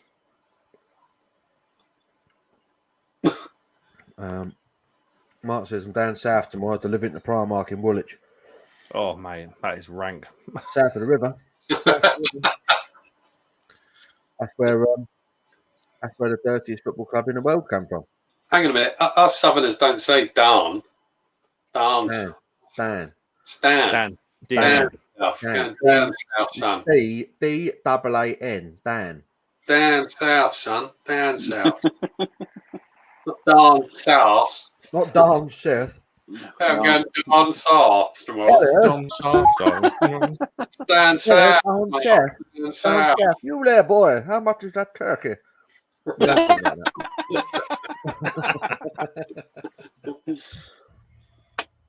Oh, Tell you dear. Dickens. Right. Got a So lot of I've got to be up and travelling in the morning and being eaten alive out here, so I'm going to have to bid you farewell Scottish before bitches, mate. Can't Thank you, they're Sonny. getting me. They're getting me. I thought we've managed to go. This is the first time I've been gotten in 3 days, so I'm not doing too bad. But they are now out in force, and I'm the only thing tasty in this area, apparently. So, Oh dear. Oh And You dear. are a that you are. tasty beast. indeed, A absolutely. red-headed, hot-blooded, tasty beast. And I'm tasting currently quite a lot like malt, hops, and booze. So they must be loving it. So have a great rest of the stream. I'll harass you in the comments in a bit. I'll see you all very soon. Thank you so Have a much, good week, Tommy. everyone. Thank you for Enjoy joining your us, mate. days. Take care, No buddy. worries. See you soon. Bye. See you soon, Bye mate. bye. The crummy one joining us. Mine's on a holiday. That's commitment to the cause right there. That's Commitment good. to the cause. Who's saying what? Jimmy. Hello, Jimmy. See, imagine going to the pub for just one drink. I'm not sure I've ever done that, you know. No, never popped in for just one. No, I'll I don't pop think in I've for ever one. done it. You say to people, yeah, I'm a bit busy. I'll pop in for one or two. I'll pop in for one. It's never one, is it? No. Never. Then you get the dreaded flavour, don't you? Dreaded flavour. You get the flavour. Flanagan. Mickey Flanagan, mate. He knows what he's talking about. Bloody does. He's hilarious. Absolutely So funny. hilarious. He's so funny. I love Mickey Flanagan. So, and so much of what he says you can relate to, especially if someone of my age. The things he talks about in relation to what happened in the 70s and the 80s, and just amazing. I'm going to lower the tone. His sketch he does on teenage pregnancies, which is all down to the demise of fingering, is just epic. I knew you were going to say that. And it's epic, and it's so true. And everything he says about you have to tit a girl up for a year over the jumper, it's just so true. In my youth, that's exactly how it was. Oh, it's just amazing. One of the best sketches he's done. Talk to your mates. Be like, I think of her. Yeah. Think of her. Now the youths don't say that, do they? They say, "Oh, I fucked her." The fingering doesn't even come into conversation, does it? That's it. They're just skipping the fingering. Yeah. Damn shame. I feel like we've just probably just scared off any females that might have been watching this live stream, but never mind. All right, John's here. John, you coming on? You did say you might come on, you bloody airy cockwomble. He said he'd pop in for a pint, didn't he? Yeah. Joel says, when's Slager going to win awards? I don't know. I've never had it. Slager. How's his joke still running? It wasn't funny in the first place. Was it like slag lager, wasn't it, or something? Slager. It would make sense, wouldn't it? Just put SLA at the front of the lager. Yeah. Slager. Filth. Chris looks more laid back than a normal. That's a fair one, Mark. I actually did for the first time today. I've had a right busy day. I feel I'm making the most of it, Mark. I'm chilling out. I'm kicking back, and I am laid back, and I'm feeling good. Feeling good about it. What was everyone drinking, by the way? I haven't checked in with what we're actually sipping on this evening. I am on a Hacker-Shaw Hefeweiss. Oh, any good? In a proper Weissenglass. Weissenglass. Yeah, it's not bad actually. I mean, I like Hacker-Shaw. The Hacker-Shaw Munch and Gold is one of my most favourite beers. But this is all right. I've had better, but it's still very, very good. I had the Spezial Hefeweiss, and I had how camp did you just say that? Spezial, and then I had their Dunkelweiss, and both of those were insane. Well, I bet the Dunkelweiss was amazing. Man, it was a joke. I love a Dunkel. But I'm just finishing off an Infinity IPA from Blue Monkey. I'm sessioning Life and Death this evening. I'm not even. Oh, good man. I'm not being imaginative at all. It's a good beer, though. It's a great beer. Vocation did a deal. I bought 24 cans of it the other day because it was on offer. I got like 24 cans for 40 quid. So I'm having that. I'm having that. Was it Love and Hate earlier? A can of Love and Hate. I thought that's a beer that I've not had in a couple of years. Is that the New England IPA? Yeah, 7.4 or something. That's 7.2, isn't it? Or 7.2, yeah. It's big boy. Forget how big it is, because even this is 6.5. And you forget how big a beer it is, but it's I've said it before. I love Vocation. Love them. I'm a Vocation fanboy. I have no shame. I like their pales and IPAs. Their stouts are iffy. It's a good word. Iffy. They do some good ones every now and then, but they also do some absolute rotters. Thin and sweet. I've been enjoying their monthly specials this year. I had their hot cross bun Belgian double earlier in the year, and that was incredible. Like, incredible.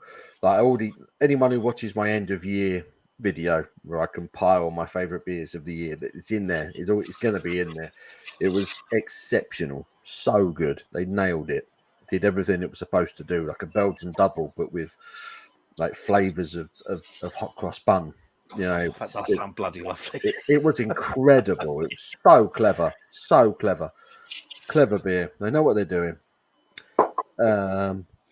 Excuse me. David is on the Steinhauser. Need it after watching the bloody Barbie movie this afternoon. God, mate. I thought you'd be on the vodka. You know what? I don't understand. How hyped is that film at the moment? Yeah, you say that. I know a lot of people our age, talking adults, that have been and seen it and have thoroughly enjoyed it. Even geezers have said how good it is. What is it? I don't understand. Is it a kids' film or is it not a kids' film? No, it's not a kids' film by all accounts. So my wife went and took our daughter, who's 13, and my wife came back. She said it's hilarious. It's full of adult humour, absolutely full of it. There's an adult humour from the 80s and 90s, where she said I was laughing, properly laughing, whereas our daughter was just sat there like, "What are you laughing for?" Because she didn't get the humour. So yeah, but yeah, there's people at work that have been to see it, and they're like, "It's actually really funny." It doesn't inspire me to go and see it. I went and saw Oppenheimer the other day. That was very good. But yeah, I'm not inspired to go and see it. But so many people have said it's a very good film. I've said it before, and I will say it again. At the worst, it's an hour and 45 minutes of Margot Robbie in small clothing. I know. There is that. Yeah. There is that. And she is, I mean, let's have it right. She is an absolute stunner, isn't she? Oh, absolutely. Stunner. My Pornhub monthly subscription's more than that.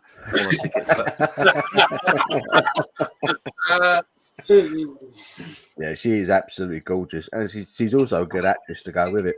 Oh, yeah, she's a brilliant actor. Brilliant actor. I mean, Wolf of Wall Street, that's one of my all-time favourite films. Yeah. and she was incredible in that, in so many ways. In so many ways. When she's like, "We're not going to be friends," I was like, "Yeah, Mom, we're not going to be." Oh, just going upstairs. New pants, please. John and Jim says, "Hello, you big love wombles."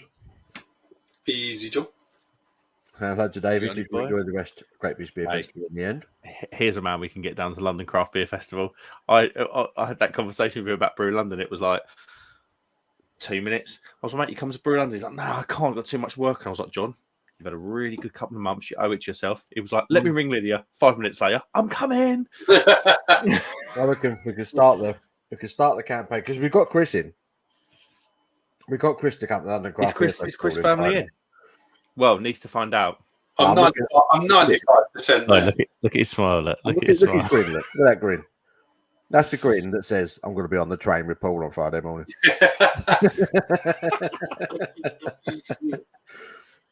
That is a smile. I've seen that one before. I reckon we could get John down to London Craft Beer Festival on Friday. I reckon we could do it. Come on, Johnny boy. Come on, John. You know it makes sense, Sam. He's in there. Going through the chat, right? You don't have to get a hotel, John. Stay at mine. Stay at Paul's. Yeah, exactly. You know, you got plenty of beds for on offer. The only thing of John, if he gets in this bed in this room, he won't wake up again. I'll tell you that story. This time last year, Great British Beer Festival. I thought he was dead. It was. Can't remember now. It was over the second or third day of Great British Beer Festival, and I got up really early, went and did some work. I was out gardening for like 3-4 hours. I had a couple of jobs I wanted to get done that morning. Came back. It was like 11 o'clock by this point. He's still fast asleep. I got him. I was shouted upstairs. I'm like, John. Absolute silence. Nothing. I was like, shit. Went upstairs, knocking on the door. Said, John. Nothing. I opened the door and it was just the blinds were down. He was fast asleep. Still fast asleep. Could not believe it. And he was like, what? What's going on? What's going on? And I was like, mate, got to jump on the train, mate. Got to get pissed. Come on. What's going on? It's 7 at night, mate. It was so funny. Popping for drink, complain about work. After about 5, end up at home in your pants after about 15. Yeah, popping in for a one in the pub. Yeah. I'm not sure if I've ever done that. If I'm going out for a pint, truth is I'm going out for about 6 pints. Yeah, we've done that. Stay at home and drink beer. So David Longstaff's been watching the Barbie film. Not seen it. I apart from Margot Robbie, I have no interest in seeing it. I'll tell you what I do want to see though. The Gran Turismo film. Yeah, I watched the trailer of that when I went to see Oppenheimer the other day, and I was like, yeah, I could go and see that. Gran Turismo. I fancy that. It looks quite good. You know Steve, who we carted with that time? Steve Alvarez of Brown. Yeah. He's in it. He's in it? Well, he's pardon me. He's in it at the start. No way. Said it on his Instagram the other day. Lad. He's doing bits. He is doing bits. He's racing with like Jimmy Broadbent full time or near on full time at the Nürburgring now. Just got their pro licenses for the Nürburgring. Steve's a nice bloke though. Jimmy Broadbent's a twat. Is he? Jimmy Broadbent. He bossed you. Oh yeah, but just because I was being a bit of a tentative last time. Out of order. Never forget, Mark. Never forget. Yeah, I'll agree with you. Yeah, sod you, Jimmy. Jimmy, Bellin. Have any of you tried the Northern Monk beer called Rocket Lolly? Oh. Yeah. I couldn't be bothered. Vicky bought it home Friday for me. Seen others review it. Full of adjuncts, apparently. She can have it. They're going downhill. Yeah. I had it on keg at work. I bought one in, and it sold like that. Really? So sweet. It was so sweet. It was. I don't think we're seeing I'm crossing my arms, going to get defensive here. I don't think we're seeing a faster fall from grace in the craft beer industry than Northern Monk at the moment. Yeah. Do you know, a fall from grace, I'm not sure, but I kind of am on the same page. They're putting a lot of adjunct heavy nonsense in supermarkets. And is that supermarket stuff though? No, yeah, I agree. And is it because the big boom in New England IPAs, which they were very good at, and that style of IPA has dropped off, so they're now trying to catch up with other stuff? I don't know, but yeah, I kind of agree. But imagine if Northern Monk, right? Imagine if someone like Northern Monk just turned their head towards, much like obviously we just seen Simon's just put a video out today brewing a fest beer with Brew York. Imagine if someone like Northern Monk said, you know what, we're going to brew a lager. Can you imagine how good that lager would be? They haven't done a lager, have they? It would be insane. They have, yeah. Oh, they have? They're not very good, though. Yeah. Oh, it should be good. But I've literally had a Northern Monk lager on, and it was the thinnest, most tasteless lager I've ever that's a shame. I'd imagine it would have been good. If they did it properly, it would be good. But they're rushing everything they do at the moment. That's the impression I get. They're like, what's gimmicky? What do people want? What can we get out as fast as we possibly can? Yeah. And even they just took their time with beer. I think Northern Monk could still put out a bloody good beer. What's annoying is they'll brew beer like this, which is one of their Patrons Project beers that was brewed with Flock. That was insane. Yeah, some of their Patreon beers are amazing. And that kind of links to what Mark Jones's comment is just dropped in at the bottom. You know, do you see Northern Monk at beer festivals anymore? And if so, do they put their Patreon beers on? Well, I've never seen them at a beer That's a good point. That's a fair point, isn't it? I'm just literally going to check now if they're I can't remember the last time I went to a beer festival and Northern Monk were there. No. That's really odd. Guarantee you they won't be at the London Craft Beer Festival. I'm literally looking at their lineup now because it's alphabetical, isn't it? I think their lineup. Right, well, let's get another slag on. Sure, yeah. Hello, boys. How are we? Good. Hello, mate. All right. Is an echo chamber. Are you getting echo really bad? Oh, I've got the peanuts everywhere. It's literally like you're advertising your T-shirt because if you lean back, it says Echo on it. How do I solve that? Jump off. Echo. Is it really bad, just in general? It's just turn your volume down. That's all you need to do. It's coming out of my phone, though. You're super loud. Am I? Yeah, really, really loud. If you turn your volume down, it might knock out some of the echo. But it's still lovely, beautiful face. Lot of disconnected. That's not too bad now, actually. Is that any better? It's still loud. Right. Give me 2 minutes. 2 minutes. You have 2 minutes. You have 2 minutes. Holba.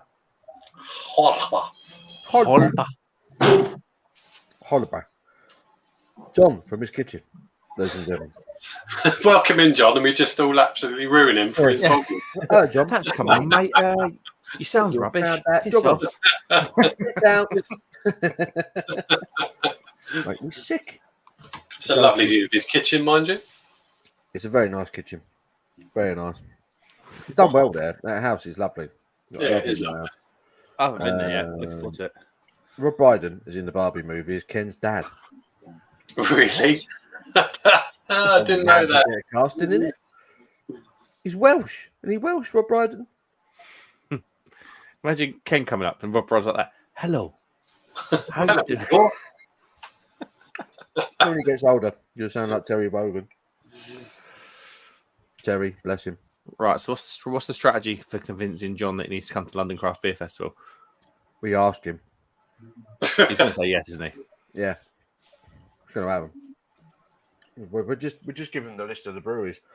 Shall I do it? Pillars are there. I'm looking forward to trying some of their stuff. Love Pillars, mate. Love Pillars. I've literally got a whiskey barrel-aged Bock lager from them in the fridge. Oh, my God. Delicious. Let's do London Craft. This is me typing right now. Beer. They haven't done the beer lineup, though. They've only got the breweries. We've got the brewery lineup, which in itself is ridiculous. But technically, the lineup of the beer, the brewery's beers that are going to be there. So, if I run is that out? Is it? If I run through it, here's the lineup. Yeah. When it loads. So here are the brewers whose beer will be there. Okay. So we've got 40 Feet. We've got Arbor, who I love. Yeah. We've got Attic Brew. Boom. We've got Beak. Nice. Good. We've got Beyond Belief. Never heard of them. We've got Big Drop. May I? Big Smoke. Non-alcoholic, aren't they? Big Drop. They are indeed. Very nice non-alcoholic beers, I will add. Yeah. Pine Trail, I think, one of their beers is called. Brew York are there. Braybrook. Good. Oak Island are there. If their smoked lager's there. Braybrook are another lager producer. Ooh. Love a smoked lager. If their smoked lager's there. Now! I quiet! No, is that any better? Is that better? Really quiet. Really quiet now. No, it's not really quiet. Black Iris are there. It's better, John. Brick Brewery are there. Oh, good. Nice picture. Redeem and the crew at Budvar are there. O'Hara's from Ireland, who do some fantastic beers. Yes. Le Chouf are there. Oh, They had their own bar. They had their own room. And it was lovely. If they have that cherry beer on, I'm all over that. There was known everywhere. Duval are there. wow. Duration are there. Oh, right. Double Barreled are there, who have sorted me my tickets. So again, thank you, Double Barreled. Daya are there. Elusive are there. Exdale, Fierce Beer, 5 Points, Flock are there. Good. Forest Road, 4 Pure, they're always there. Nobody wants them there, but they're always there. Disruption is Brewing are there. Disruption is Brewing. I've had They're really good beer by them not too long ago. Yeah, they're the craft arm of Ascot Brewery over at. That's it. You were telling me the story behind them. Yeah, but not far from Elusive. Green Duck are there. I like Green Duck. Good. Good lads. Hill, Favela, Hackney, Hamilton are there. Hepworth are there. Jim Brew is there. The Indian Brewery Company. Now, I've heard good things about these guys. They do like an IPA. It's literally got an elephant on the can. It's meant to be awesome. I wonder if they're going to be like Echo. You know, Echo are sort of like inspired by Africa Brew in the UK. I wonder if Indian. Wow, weren't they? That does ring a bell. Echo. EKO. Yeah. Howling Hops are there. Love Howling Hops. Great sours if you're a sour fan. Kellam Island. Goodness me. Kellam Island got beers on there. Low Tide. I thought Kellam Island had gone. Kellam Island. Lost and Grounded. Mash Gang with their non-alcoholic craziness. They do make some good alcohol-free beers. Mash Gang. McKellar. Yeah. ABK will be represented there. Wow. Is it German? Was it Germans? Magic Germans. Who? Rock. Mondo. Great Beyond. Orbit. Moonwake. Pillars. Pastore do some cracking beers. Yeah. Nirvana, again, non-alcoholic, but very good. Mm-hmm. New Bristol Brewery are there. Good. Pretty decent Back beer. in the game, they are. Pretty decent beer, very good. Queer Brewing are there. Jidler's Tipple. Jake, shout out to him. Salt are there. Signature Brew, Saltaire, Seven Island, Partisan Brewing are there. Siren are there. Stonewood are there. Stone Brewing, Stone are there. Freaking love Stone Brewing's beers. Sullivan's are there. Fantastic Irish brewers. Three Legs, Thornbridge, Tempest, Talking Tides, Xylo, Timmy Taylor's, Tiny Rebel, Unbarred, Brixton, Yonder, Verdant. Yonder are good. Yonder are very good. Verdant, Utopian are there. Alpha Delta are there. Hackney Church are there. Hackney Church are doing some awesome beers right now. Yeah, Rate My Beer. They absolutely love Hackney Church. They are very good. Dark Revolution are there. Lulu are really there. Good brewery. 360 Degrees are there. Phantom Brewing Company are there. Turning Point, North Brewing, The Colonel. Oh, The Colonel. Little Monster are there. Sure Shot are there. Two Flints, Holy Goat are there. Goodness me. Wow. Gravity Well, Squawk, Dukes. Squawk are good. Timmermans. Duggars. I believe Duggars is where Damien from Emperors has started brewing his beer permanently. Ah, no shit. So you never, I believe it's Duggars over in, they're like Dutch or something, aren't they? Yeah, it sounds or Danish right. or Dutch. Fontower there from the Netherlands. Basqueland are there. Galway Brewery are there. Oh, the Virginia Beer Company got some beer on. Awesome beer. Amundsen are there. Hop the Pond, Turning Point, Affinity. We Are Beer, 903 Brewers, Broccoli, By the Horns, Distortion, East London Brewing Company, Gravity Well, Hamilton, Neck Stamper is another one I've heard good things about. Aura, Tap East, I might need to draw up a list here. This is ridiculous. I might need to draw up a tactical list. It's an incredible list. Heavy That's Rim, amazing. Isn't it mental, right? Brown, Isn't it mental that AleSmith's beers are in your all-in ticket? Yeah, Hoppin' Frog. So Hoppin' Frog, or a brewery based in Ohio, they had beers on last year, but they were all imperial stouts. And I'm not talking like a 9%, like a fake imperial stout. They were like 14% imperial stout. And I was me and Craig from Kent Beer Reviews were stupid enough to get one, and that pretty much was what tipped me over the edge. But incredible beer. Sierra Nevada have got beer on there. Port City in Virginia, I've had beers from them. Fantastic. Modern Times are there. Bold Mariner, I've not had anything from them. Urban Artifact, North Peak, who are in Michigan. The list is ridiculous. Just out of interest, how bloody big is the Tobacco Docks? It's massive. Massive. Pretty big.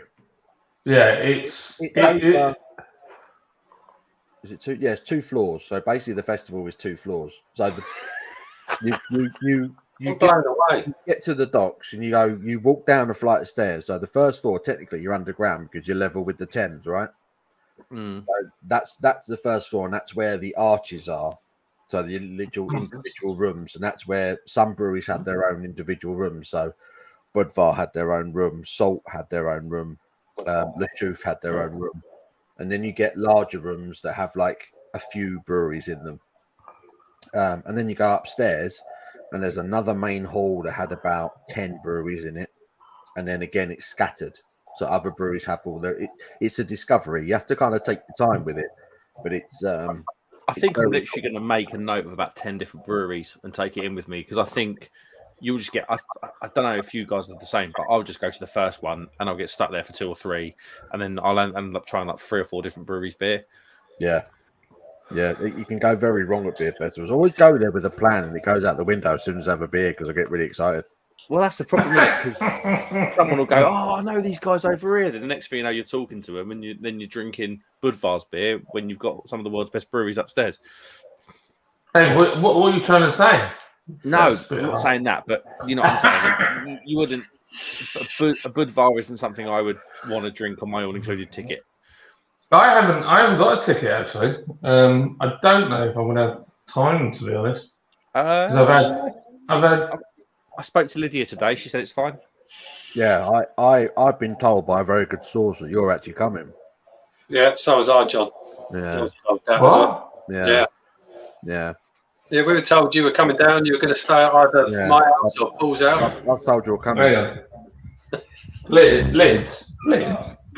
Has Mark and Paul asked you if I can go to Craft Beer Festival in London on Friday? You flipping lions. I told you. Did he just fart? No, I thought Liz said something, but I think it's my door creaking. No, Lid's agreed. She said you were coming. Yeah. She did. She just said you guys never said a word. She's a bloody liar. No, she had too many gins at GBBF. She did agree. Yeah. No, she said, yeah, he's definitely coming. We'll see you there. Well, I haven't got a ticket anyway, so I probably can't get one now this late. Yeah, you can. I got one today. Can. I literally got one today. Applied online, got one today. Just tell them who you are. Get one. They'll know who you are. Just say I'm John. Yeah. Say. You know I am. They'll charge him double. Yeah, I was going to say they'll put the price right up. They'll be like, "Oh, John from Lords. Let's call it 40 quid." And you're like, "But I thought the tickets were free." Yeah, they are normally, but not for you. So, Paul, you're going, aren't you?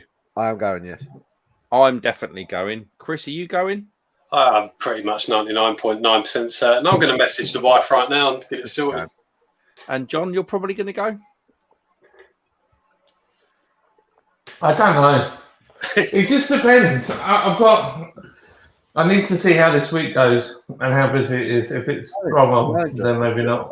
Got it from a good source. They already told me that you're coming. I've already been asked by. Oh, Definitely I do need coming. to go down. It's technically actually not a jolly because you're going to be networking. Yeah. Networking. And it's a bloody good festival to network at, to be fair. I'd Let me network check last with year, and I didn't even work for a brewery last year, but I still network. I'm going to ask Liz if I've got anything to do on Friday and Saturday, and then I'll check out the costs. She's already said you for haven't. getting down there. Yeah, but Unless I could drive down to Paul's, leave my van there, you could go in with you, That's the way to do it. and come with us. and then I could head back Saturday morning. You could. Is the weather meant to be better this week as well, isn't it? Fantastic. Perfect for riding on trains into London and getting across the city on the underground.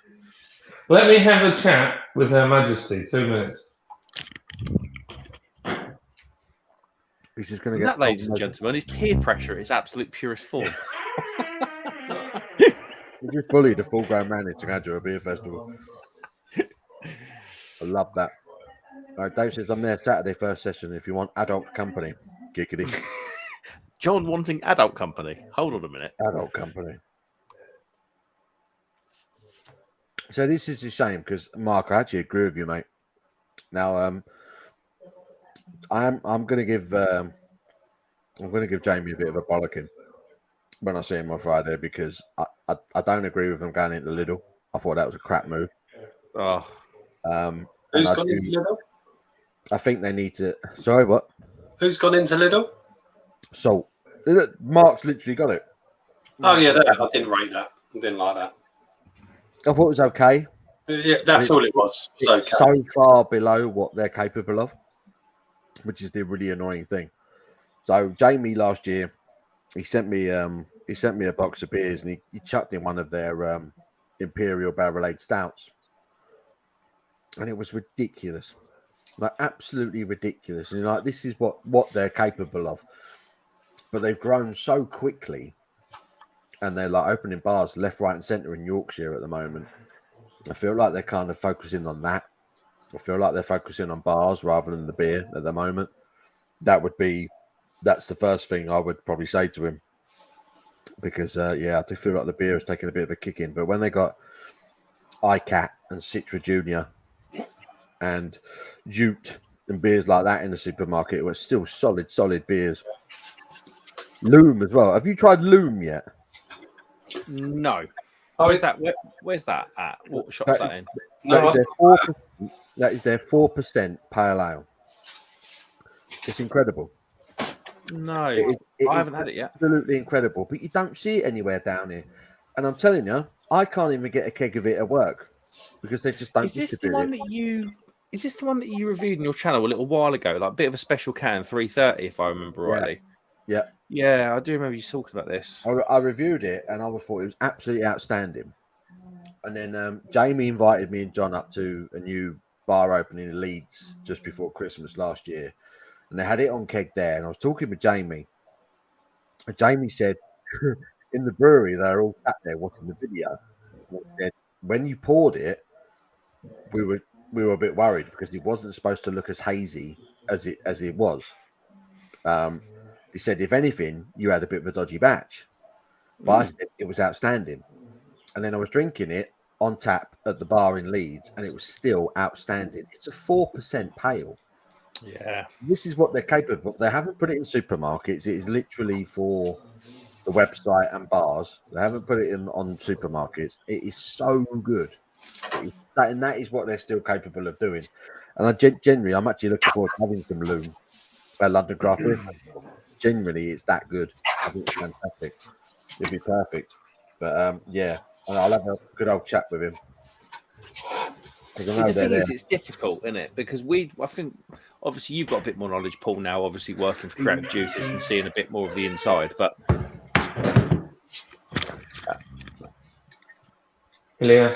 our survey says. So we've got two things. We've got a party thing that we're meant to be going to, although that was only sprung on us recently. You don't need that. On Friday night, and then it's Blackpool Air Show that I was going to take the kids to on Saturday. That sounds awful. That was just for the virgins and people that smell a BO. I won't bother going to that. Blackpool's horrendous. It is horrendous. Blackpool is horrendous, but the kids have never been to an air show, so I was going to take them. But then they're not missing anything, are they? Yeah, they wouldn't know. Blackpool sucks and aeroplanes are boring. Come on. And it's worth saying, I think, Paul, you're only doing the trade session, same as myself. That finishes at 5:30. You'll be back home tucked up in bed by 9 You o'clock. could go home that night if you wanted, or you could come home drunk and we could carry on drinking in my garden and watch Chris try and figure out Uber. That's what we did last night. That was quality. And we have a quick butchers at the old trains as well. Because you boys, every time. Fucking Mark did this to me last year. Oh, John, you've got to come to. Because this year's for Brew London. Yeah, and I was like, saying to him earlier, I was like, "Hello, mate, can you make it?" No, I can't. Really busy. I thought, "Yeah, had a good week, mate. You wrote yourself." Hello, Mark. Yeah, I'm coming, mate. Always got to use it, Pete. I always use the networking excuse. It's a good excuse. It's a good excuse. Business. To be fair, Pete, Ben's coming as well. Ben's coming, so you're going to see him get drunk. And bring down a Lord's Brewing t-shirt, and I'll wear it for you, John. I'll advertise you while we're there. That's not a bad shout. Yeah. That sounds pretty good. Where you been for that? I've got the new Lord's Brewing Co-Man King. I could debut there. You could. I will make sure I'm walking in with Mark. Really? I've got my. I'm going to wear my Vans avocado board shorts down there. Be a bit craft beer. You'll wear shorts, flip flops. It's the vibe. The vibe, baby.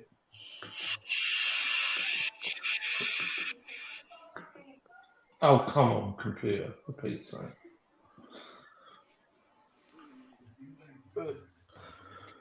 Okay, so the train's quite expensive.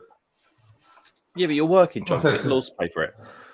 Oh yeah, they will, but it's important networking. £100. So I could get out at what about if I go? Yeah, if I go at 8 o'clock, I'll be into London at 11. But what time's it open? 10? 11:30. All right, okay. Perfect. So that's not too bad. The cheapest train back is at 8 o'clock, and I'll be in at 11:45. But the train station is not far from where I live. So I could do that. I could do it that way. That sounds perfect. Perfect. Sounds incredible. Although, what are we going to do afterwards? Are we going to hang around? Because once we leave Tobacco Dock, are we go? I mean, could we go to Bermondsey? Bermondsy's like up the road from there. Yeah, Bermondsey's not far away. Or we could go to Detroit Pizza around the corner and get the best pizza in the world. That sounds good.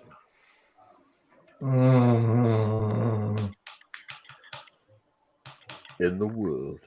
In the world. And this is decisions. You guys, like I said to Simon earlier, he messaged me on Saturday, said, you're going to go? You're going to go? And I was like, probably not. I've got stuff to do. But yeah, he's like, come on, you've got to go. Yeah, Simon's going. So, GBVF. He was good laugh, wasn't he? He's funny. Such a funny guy. He just seemed more relaxed this year, didn't he? He just seemed sort of like nothing. He just seemed so much more like whatever. He's so chilled, but at the same time, he's like the Duracell bunny. He just has ridiculous amounts of energy. Yeah. Yeah, he does. He does this. And you won't mind me saying this, I'm sure, but he does this thing. He'll talk really loud at you when you're on camera. You're like, oh, hello, mate. You're right. It's true. But no. It's true. He does. He gets very excited. Right, okay. Let's see if I can get a train ticket. What's it called? London Craft Beer Festival. I've got about 5 million emails in my inbox. So I'll just bloody read out the names of the breweries again. Daya. Who just let rip like a potato chip? Verdant. It was me. Beak. Animal. Sierra Nevada. Duration.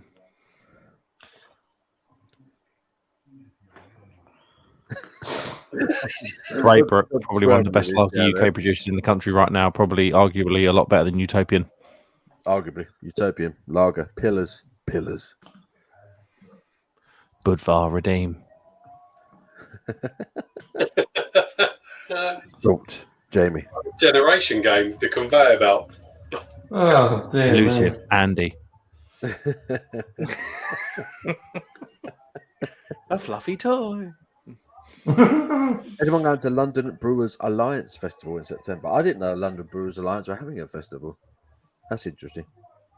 Because the brewery I work for are part of the London Brewers Alliance. And Mark Jones makes a good comment, John. The air show is on Sunday. Is it? Is it not on the Saturday? I had in my mind it was on the Saturday. It's an air show's on Sunday as well, mate. Been before. As a common attendee of the old air circuit, I can say with fair judgment that the Sunday is always better. Who goes to a fucking Closing day. Sunday would be the closing day for the air show, so it's bound to be better, isn't it? It's the best one. What do you go to an air show for? To get neck ache. I don't. I'm winding him up. Watching aeroplanes fly. That's what they're supposed to bloody do. Just take him up to bloody Leeds Bradford Airport. Bloody. Take him up to bloody. Brr. Brewer. I put in that. It's David Wilson. Brewers Alliance when it's home then? Oh, Pig, can you not make it? You've got to cut that one. It's going to be a good one. It's going to be a good one, man. Pete, you can do it. You could do it, Pete. You could do it. I just remember walking. We were walking to the German bar, and then I just heard Paul burst out with, "Hello, bow tie, Pete. Were you still wearing your bow tie?" I was like, "Mate, you taking the piss out of this random fella wearing a bow tie?" And he was like, "No, that's fine." He comes in my tap room. I was like, "Right, now it makes sense." Bow tie, Pete. He is an absolutely lovely guy. He's a lovely He guy. is a lovely bloke. Lovely guy. The knowledge that guy. I love talking with Pete when he comes in. He comes in with his bow tie on. He works at a museum, so he kind of. Funnily enough, he works at an open air museum. It's to do with So there you go. So he works there. He comes in with his bow tie on. He has a few beers, and he's a proper untapped guy. Everything he drinks is recorded. One of them. Nothing rated 5 out of 5. I don't know. I don't think he's ever done a 5 out of 5. Yeah. He gets a few 4s. He gets a few 4s, to be fair to him, which a lot of people don't. Most people say, "Oh, best beer I've ever had." 3 out of 5. Yeah. I don't get it. I don't honestly. I just don't get the mentality sometimes. Some of it's really good. I've actually shared some of the reviews from Great British Beer Festival that we got, stuck them on our Instagram, because I just thought if they're positive, I'll put them up. But some of the stuff we've had, the message is just like, I got absolutely roasted by somebody because I put a QR code with a link to the song that the Band and Car is about, and apparently I was out of order because it doesn't. It's completely. What was it? What was the words used? Undiscriminating against people that can't read QR codes. So I should really put a full link on the pamphlet. Yeah, if you're old, don't try. Pete. Hey, Homer! Yeah. Did you just say people can't read QR codes? Yeah. I've never been able to read a QR code. They're all little squares with black and white boxes in them, aren't they? This is exactly what I said to John. So we don't need to read the QR codes. The camera on your phone is supposed to. Yeah, you just scan it. That's the point. And press on the link. Exactly. Yeah. So Pete says there are a few 5s. He has done a few 5s on Untapped. And the Duchess de Bourgogne, I might have absolutely obliterated the pronunciation of that one. That's an incredible beer. De Bourgogne, for 1. He's given a 5-star. Yeah.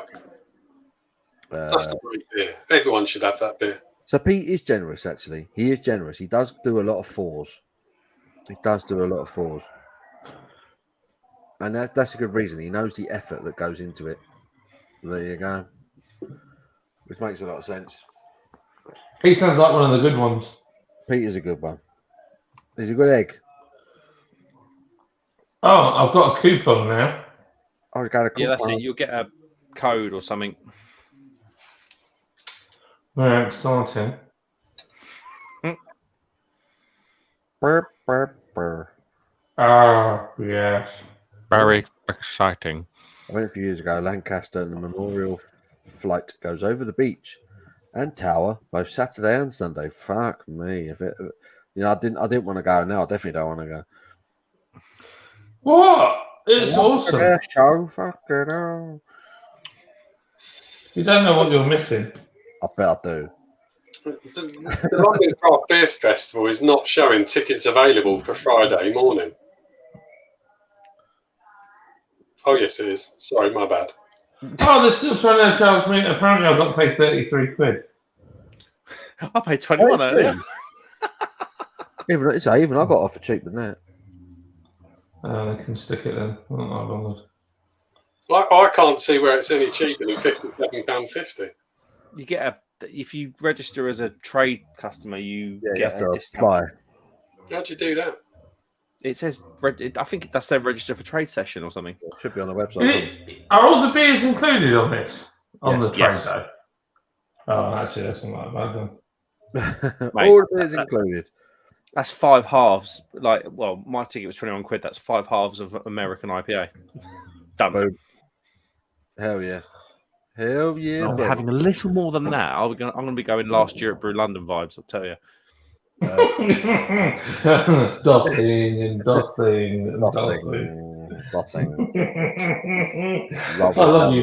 You are the funniest person when you're drunk. I love you. Nothing. I can't remember what the end Full sex? number is for my. I forgot about Full sex? that. Oh dear. Full sex? That's great. I can't remember the 3 digits on the back of my card. 1, 2, 3. Oh, the problem is I've got to go all the way upstairs to get the bleeding cards. I can't see the trade. I have to go, even though I'm on holiday for 2 weeks. I have to be up early to take Shane to work. I will be filming from Bloodstock. Oh, man, yeah. I would have loved to have got a ticket to see Kill Switch. But I had my weekend off last weekend. It just wouldn't have worked. But fucking hell. Have an awesome time at Bloodstock, Chris. If I don't talk to you before then. Have fun, Chris. Enjoy Kill Switch. I'm properly jealous. I would have loved to have gone to see them. Goodness me. Have an awesome one, my man. Have an awesome one. Document it. Record a bit of Kill Switch and send it to me. That'd be awesome. Sorry, that's Lydia watching some really depressing. Mark Jones says, "Please, I'm off your buggers. Take the piss out me flat cap and Yorkshire puddings.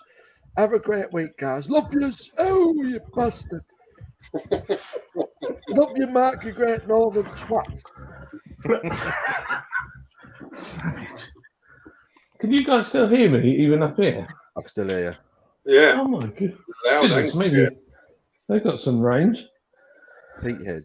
Pope's Yard, never surrender. 6.8% strong mild. Oh, I didn't know they did that. Multi amazingness. Fuller's Past Master, 1966 strong ale. Rebellion Winter Royal, Plummy Fruitcake, Fuller's London. Are you just naming sexy beers right now, Pete? What are you doing to me? What are you doing to me? Oh, they're his 5s. So these are his untapped 5s. So Fuller's Past Master. I've never had one of their 5s. I've never had one of their Past Masters beers. I would love to. I don't even know if they sell them anymore. Oof. I just thought of something. I can't come. Why? Anyway, because I've got my vehicle, because it's in for a wheel bearing and an jar valve. I thought you were getting the train.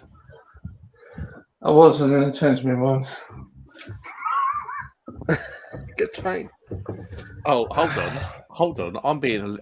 I am the untapped bitch that I profess to hate, apparently, because I've only given 1 5 out ever. Who'd you give a 5 to? Did you see my bank card? Rhubarb Fall by Yonder. Really? That's It's obscure. great. It's a 4.23 beer on Untapped as a whole. Was it a sour? Yeah, Imperial pastry sour. It's blooming good. The only 5-star you've ever given to was a sour. I know. How mental is that? That's proper. You're a bit of a girl. I know why I did it because I was on holiday. You know, we talked about holiday beers the other day. Yeah. I was on holiday. John, can you do me a favour? Can you just like push that door again, please? You wouldn't believe it's a new beer, would you? I have given out 5 4.75s. And one more time, please. One more time. Ah, for peace sake.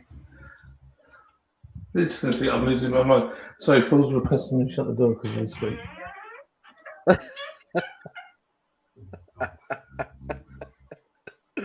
Oh, dear. I've just found my 4.75s. These are a bit better. This is Stygian Abyss from Vibrant Forest. Oh, Daylight Scenes from Track Brewing, which is a double IPA. A double IPA from Daya called Momentary Bliss. A triple IPA from Cloudwater called A Break in the Clouds. And then a triple IPA from Burnt Mill called Tree of Life. I can't make this work. Sorry, John, I didn't hear the door. Could you just do it again? No, not doing it another. I've done it like 4 times now. No, I definitely can't do it. There's too much on. There's too much on. John, Probably just as well. I was going to get absolutely wasted with you lot. What's the highest rated Lord's beer? Got to be that. Oh, West Coast my Ale. Mate, that new West Coast Ale is very good. We were talking earlier about like beery highlights, and me and Mark both said that your new West Coast Pale was actually one of the nicest beers I had on the day. Rather lovely. Great beer. Rather lovely. I'll take that. And a shout out to Thanks, Trav. Love you, man. I've forgotten the name of the geezer you did the other beer with. Bramble. Bramble. That's it. Sorry, Bramble. Not that he's watching, but Bramble, yeah. I had that one as well. So, Mate, Trev, how you doing? You break a lie. did you know your highest rated beer on Untapped is the Vice beer? it wouldn't surprise me. What, the Sleeper Vice beer? Then it's Ban 1. So Sleeper Vice beer is 3.95. Ban 1's 3.74. The Sunbear collab is 3.74. The Elusive Hedgehog is 3.72. Banding Car's 3.72. The New Wave is next at 3.67. My all-time favourite Lord's beer is Sleeper Lager, followed closely by Elusive Hedgehog, and then Banding Car in the bottle. Mate, Sleeper Lager is 3.47, which is quite low. Oof. Yeah, but think of the audience. So it's not aimed at the craft beer guys. It's aimed at the calling man. Gone but never forgotten. Drunken Tailor, my lord. Oh, that was a great pilsner. Drunken Tailor was a lovely pilsner. Never had it. That's one of those beers I've never had. Gone but never forgotten. Yeah. It just took too long to make. That was the problem. 3 months. Well, yeah, you do it properly. A lot. It's a lot of time. A lot of time. Euston Station. Pastmaster's cheap, less than £7 a bottle, was lovely. Brother and I both got one brewery shop, very expensive. It's about £20 a bottle now, aren't they? Pastmasters. If they still sell them, I might treat myself for Christmas. I love drinking Fuller's. There's something comforting about drinking Fuller's beers at Christmas for me. There's a fruit fly here. It's driving me flipping mad. Imagine ESB with your Christmas dinner. Oh, yeah. Mate. I've done it. I've done it in the past, Fuller's ESB with Christmas dinner. And then like London Black with your cheese and... Is it London Black, the Black Cab Porter? Black Cab Stout, whatever it is. Fuller's ESB with a mince pie is poured in your mouth. It's incredible. It is incredible. Oh, love it. I love Fuller's. I don't care. They're really good. They're really good. When you go to a Fuller's pub and have a good pint of ESB, it is stunning. It is stunning. Such a good beer. Very lucky to live where I do. The only reason that White Beer's got such a high rating is because there's only 10 ratings of it in total. Oh. So, and the band one's a similar thing because that's only got 85. So it's a bit skewed. with numbers. The highest rated with the most ratings is the Abandoned Car. It's got 611 ratings. Yeah, that Big makes more 170. sense. I'll be right back. Yeah. I'll tell you what, though, it's fascinating to. We've had 6,661 ratings. How did the That's mad. how did the Sunshine State go down? He went down pretty good, to be fair. Let's have a quick look and see what they were all. Yeah, I got some random emails and messages, and then it turned out that the camera had printed the same description twice for 2 beers. They always seem to go out of their way to do us dirty. Right, I need a wee wee.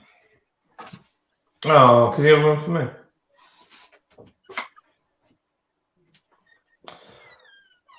I don't know what I said, but they've all come. Oh, Chris is still there. That's his head. I'm still here.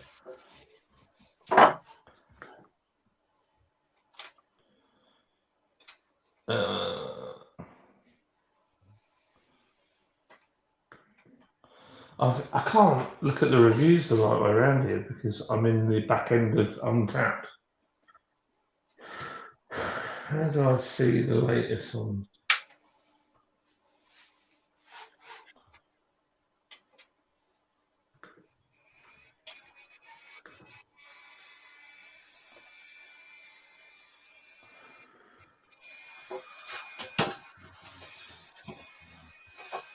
What are you looking for, John?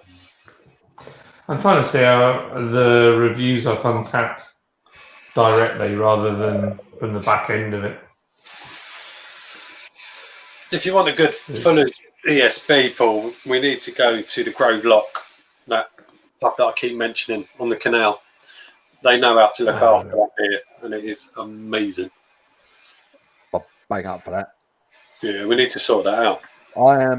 My next weekend off is the 26th and 27th of August.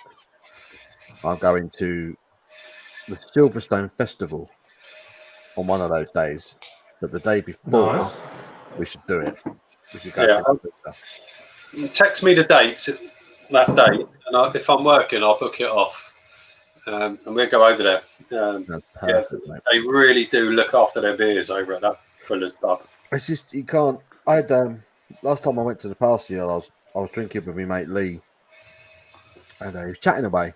He had the lager, and I sat down. I had a pint of the ESB, and I hadn't had it for a while because last time I was at the past year, I was with John and Mark for Brew London, and I was drinking their Coronation. I wasn't expecting that. I wasn't expecting that. And I had the Coronation Ale, and it was good. It was good, but it didn't have that moment to it, you know. And then I was sitting with mate Lee, and I took my first mouthful of Fuller's ESB on cask, and it was a proper oh my god, just like going home, isn't it? Exceptional beer, and they look after it. It's beautiful. It's a beautiful thing. Pete says I ordered from Fuller's a few years ago alongside a few Fuller's. I ordered a few from Fuller's. So the past masters. One of the porters smashed in transit, so they replaced the whole order. Got about 5 past masters for free. Bloody hell! That's a lot of money worth of beer there. I've still got a couple of old vintages that I haven't opened. They're probably worth a few quid now. I've got a 21 and a 22. Given to me by a carpenter that on site where I was working. I've never had a Fuller's vintage. So I've got a 2020 in its box still, but that's COVID vintage. That'll be worth a few bob, full of COVID. And I've got loaded with the vid. And I've got an extra. And I've got an extra box of 22 last year, which was stunning. So one of them's been aged now for a good couple of years or so. So I might crack it open at Christmas this year and see how she's tasted. That's my oldest one. That's a 21. 21. Nice. It's just that they're exceptional every year. That they're I've never drunk one. You've never drunk vintage? No, I haven't. Oh my god! Bloody hell! Never even had it out of the box. So what I do, I buy 2. Get it down, you Mark. I buy 2 at the time. I buy one that I drink straight away, and I always buy another one with the intention of aging. And because it's so good, I fail. So it's only the 2020 so far that I've like managed to age to this point. So it's getting on for 3 years old, that 2020 now. It's a 3-year-old vintage, but they're incredible. And for the money, you can get them for like £6 when they first come out. And we're talking 8.5% vintage ale from Fuller's. It's just ridiculous. Never had one. Never had one. Oh, you've got to do it, Chris. You've got to do it. I know. You've got to do it. Yeah, Paul. I think this could be an untapped first. I've got one guy reviewing the beer, holding it, taking a photo of the beer, and his mates the other side taking a photo of the beer with him in the shot, and they both reviewed it. So they've got a photo from each side on each other's reviews. It's so weird. That's So inception. funny. It is. It's like just being silly. But the reviews from camera, I'm looking now on the whole, is very good. There's somebody that's put with a Bannicar coffee, but it is quite thin. It's a shame because the other lords were really good for the porter. But porter's a tricky one because I think porter is meant to be thin. It's meant to be thinner than a stout. Well, yeah. But in some people's minds, they think it should be thicker. But then I've had stouts that are thinner than our porter, so I don't really know. Choose any of the vocation naughty and nice stouts, just as one example. It's just like... Yeah. So, I mean, I don't know. But overall, yeah, really good reviews. 3s, 4s, 5s. Nice. Can't go wrong with that. Apart from one guy got really upset because it's got a QR code. Yeah, couldn't read it. I can't read the QR code. Doesn't make any sense to me. It's discriminating. That's what he said. Okay. Pete's had 170 check-ins as a brewery on Untapped. That's a lot of check-ins. Wow, that is a lot. Dave Ross says, have you been to Walthamstow yet? 6 breweries and venue. That's some interesting beers. What, one venue? Where in Walthamstow is that, Dave? I'll tell you what, it's got to be something pretty damn special to get me to go anywhere near Walthamstow. That is a dump. I've not been to Walthamstow since they shut down the dog track. Yeah, that's the last time I was there. God, when was that? That was it was a good 10 years or so ago, wasn't it? Since they shut yeah, the at least. Used to go at the dogs. My local football club used to do a Jolly Boys. Used to go at the dogs, and then go into the nightclub that was built into the stand underneath. Remember that? Yeah, it wasn't nice. It wasn't nice, but it was fun. Punch up city. Had some stories to tell. There was a nightclub as you came out of the stadium, and it was almost, I forgot how it worked now. It was almost like a bridge, and on one side of the bridge there was like a nightclub built into the side of it, and you walked in through like an arched door. Because London's so old, all the buildings there are so old. They just constantly put in new companies and things into them, and it was very, very odd. I used to Very work. odd. My first ever job, one of my first ever jobs as an electrical apprentice was in Chingford, and that was a really long job. And we used to drive past Walthamstow track every day. Every day. Not a nice part of the world. So, can I quickly tell you about this glass? This Holber glass. Holber. So my friend, she's Czech, and they went to see family, and she said, "Do you want me to bring you anything back?" And I said, "Bring me back a Czech beer glass from your local brewery." And this is it. That's cool. All the way from Czech. Nice. And the first beer it's had in it is a Czech beer. Admittedly, not the right one, but yeah, that's pretty cool, isn't it? That is pretty Very, cool. very I cool. like that sort of thing. That's a nice present. What a nice thing to do. You can't Yeah, so Holborn. can't beat a good beery gift. Can't. It's true. No, it's true. I bought.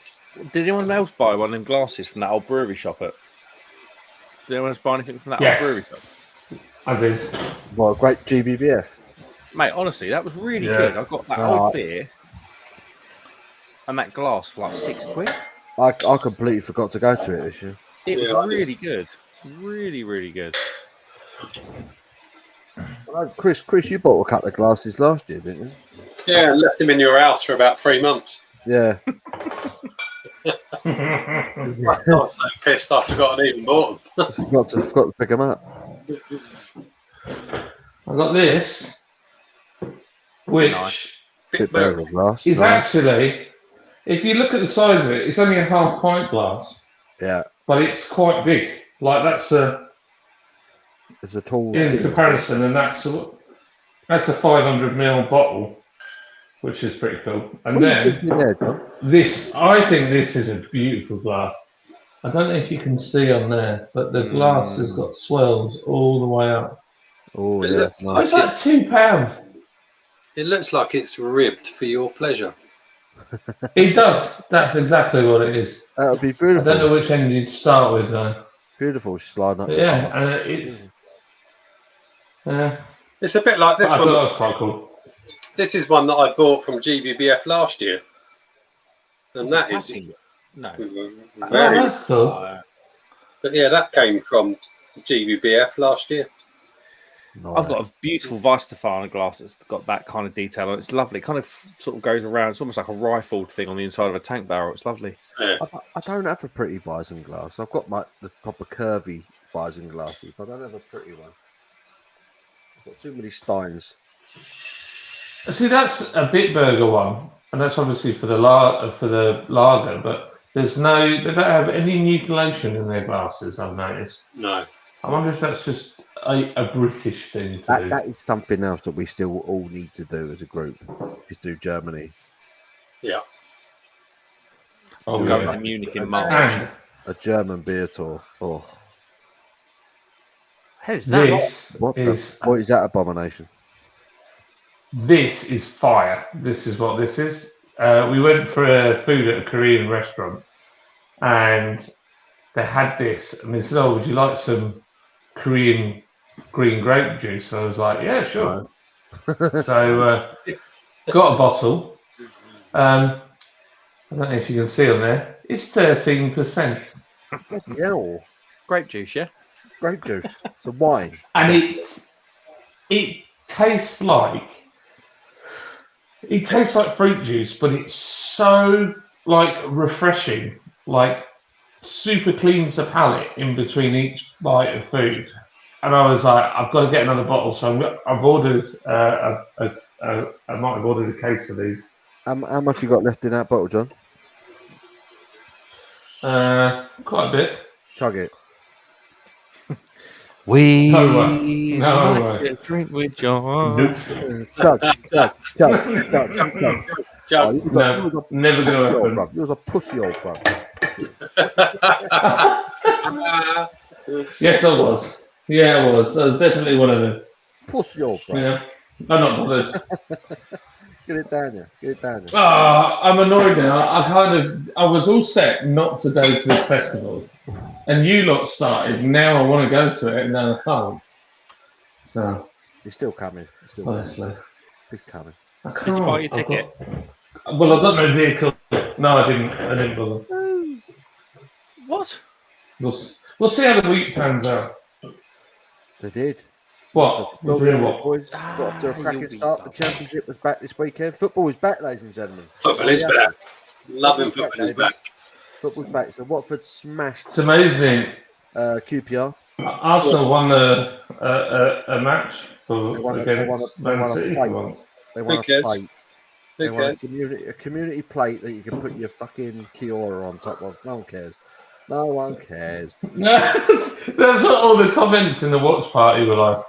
Yeah, well, this is like the charity pub league of football. It is. It's just give them something so they stop winning. Let's just talk about the biggest result in London yesterday. Charlton beat Leighton Orient 1-0. Oh, Come that's on, a big boys. game. London Massive. derby. Big Massive. Oh derby. wow, that's amazing. Go on, Charlton. Then Norwich with a 90 plus 4 minute winner. Yeah, then they just. Oh, don't get better than that. There was a 7-0 win in League One. Can't remember who that was. Who was that? That was That was against Port Vale, wasn't it? I think it was. Yeah. The Spurs beat Shakhtar Donetsk 5-1 this afternoon. Harry Kane scored 4 of them. Cool, that's going to hurt when he goes to Bayern Munich for You know 30 what I minutes, mean? isn't it? Like, if that's his last game for Spurs, bloody hell. That's going to be a proper kick in the teeth. It's like this is what you lost. This is what you lost, lads. This is what you lost. I still don't think it's going to happen. I don't think he's going to go. No, I think there's an element of me that thinks it's wound on for too long. When these transfer sagas go on this long, it never happens. I don't think. I reckon he will still be in the team next week away at Brentford. I reckon he'll be there. Yeah, I agree. Go on, Completely. Aaron. And these big transfers don't go to deadline day. No. They never No, go to no, deadline day. This is If done and I dusted. want him, £100 million sterling, not that euro nonsense. £100 million, proper money. If you want him, pay the money. If not, jog on. Job gone. Yeah. Yeah. Jog Twice. on. But yeah, no, it was nice to see Spurs play some good football. They I mean, we could have had double figures today. Did you see any of it, Chris? No, I didn't see any. I was busy working away. Oh, I had it on my laptop. Oh, I've got the Spurs play thing for the year. I have it on the laptop, and we were just making chances like every couple of minutes. It was genuinely exciting. I'm like, they're actually playing attacking football. Really, really nice. Really nice. Good to see. Good to see. Who's your first game against next here, week? Paul. We're away at Brentford. Oh, that's gonna come. You're going to come down with a bang, aren't you? That's what they'll probably do us 4-0, but who cares? Who cares? It's all about I got my enjoying the sim game. rig out for the first time in ages this weekend. Is that You Got did it out. That's Pornhub right here. Simulator 3000? Yeah, that's it. It gives the reach around 5,000. It's called. Oh, It's got the special chair there. Hands-free kit comes with it. But I've been doing a bit of. I don't know if any of you guys have ever played it. Assetto Corsa Competizione, oh yeah. and it is hard. Oh. And I've been doing the career thing for ages, but I'm still only like 36% of the way through. Well, And I just thought, smeg it, I'm going to try and do an online race. So I joined an online lobby, and obviously, so on Assetto, it's about your safety rating. The higher your safety rating goes, the better the lobby, the quality of the people in the lobby are with That's you. a better The way problem to do is it. I haven't done yeah, it is. The only problem is I haven't done enough of the racing to get that high enough. I'm still a bit rough and make mistakes and stuff. So anyway, I was in a pretty low ranked lobby, but there's some good drivers in there. So there's 24 cars, and it was a track. I think it was. I want to say it was Zolder, but it was a German racetrack. Anyway, I went in the pre-practice. I kind of worked my way around, so I learnt the track. Anyway, I did the race. It was an hour-long race, and I came 5th out of 24. oh, nice. What is that noise? That is Chris's penis extension. Chris's So vibrator. he uses. It's a Swedish enlargement tool. He's pretending to stick it up his bottom. I haven't got a bottom. Exactly. It was my PD. Dirty bastard. That's what he calls it. PD. PD. Party. Personal deliverer. Yeah, so I was very proud of myself. I know nobody really cares that much, but to me, I was like, that's fucking good going. Please tell me you just accidentally poured yourself a pint of that 14% Korean grape juice. Yeah, it looks like that. Yeah. I always feel like I drink the most on these lives because I watch the three of you and I barely ever see you putting a glass to your mouth, and yet I feel like I'm constantly drinking beer. I've done 5 Feels cans like of life, and I've done 5 cans of life and death Saturday. Have you really? I'm on. Yeah, that's why I'm alive. Right? I hardly ever see you drink. Right. I'm halfway through my 4th big 500ml vessel. But I'm glad I'm not alone. 3, 4. What am I? All right, I believe you, Paul. I believe you. All right, calm down, son. Calm down, son. I had to prove it. 5 cans of life and death I've done this evening. Bloody good beer. Bloody good beer.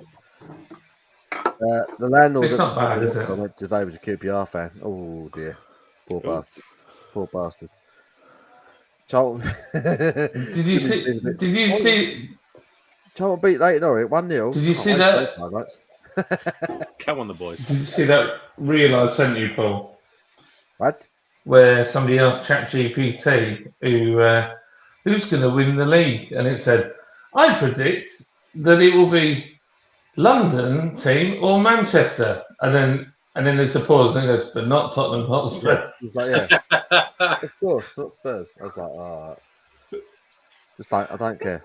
That was well out of order. Don't care. When AI starts trolling you, that's a bit of a change of subject. Did any of you see the footage of the? There was a truck on the M6 yesterday or the day before that was transporting cows, and 2 cows fell out the bottom of the truck. Oh no! Oh my god! And one cow fell out, fucking bounced along the motorway. 2.5 miles later, another cow fell out the bottom of the truck.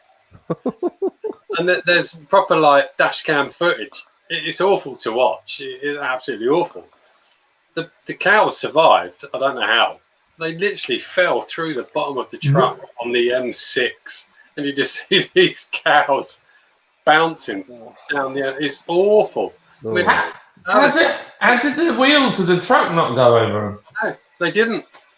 It's just obscene.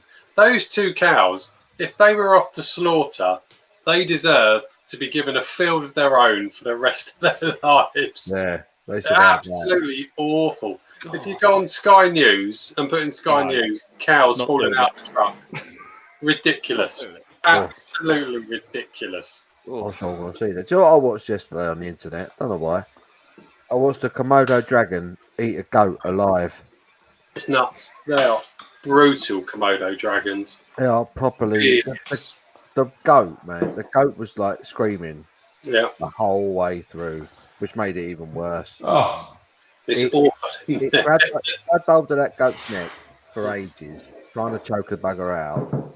But apparently the Komodo dragon's bite is so venomous that basically their bacteria kind of sinks into them. It does, yeah. Them.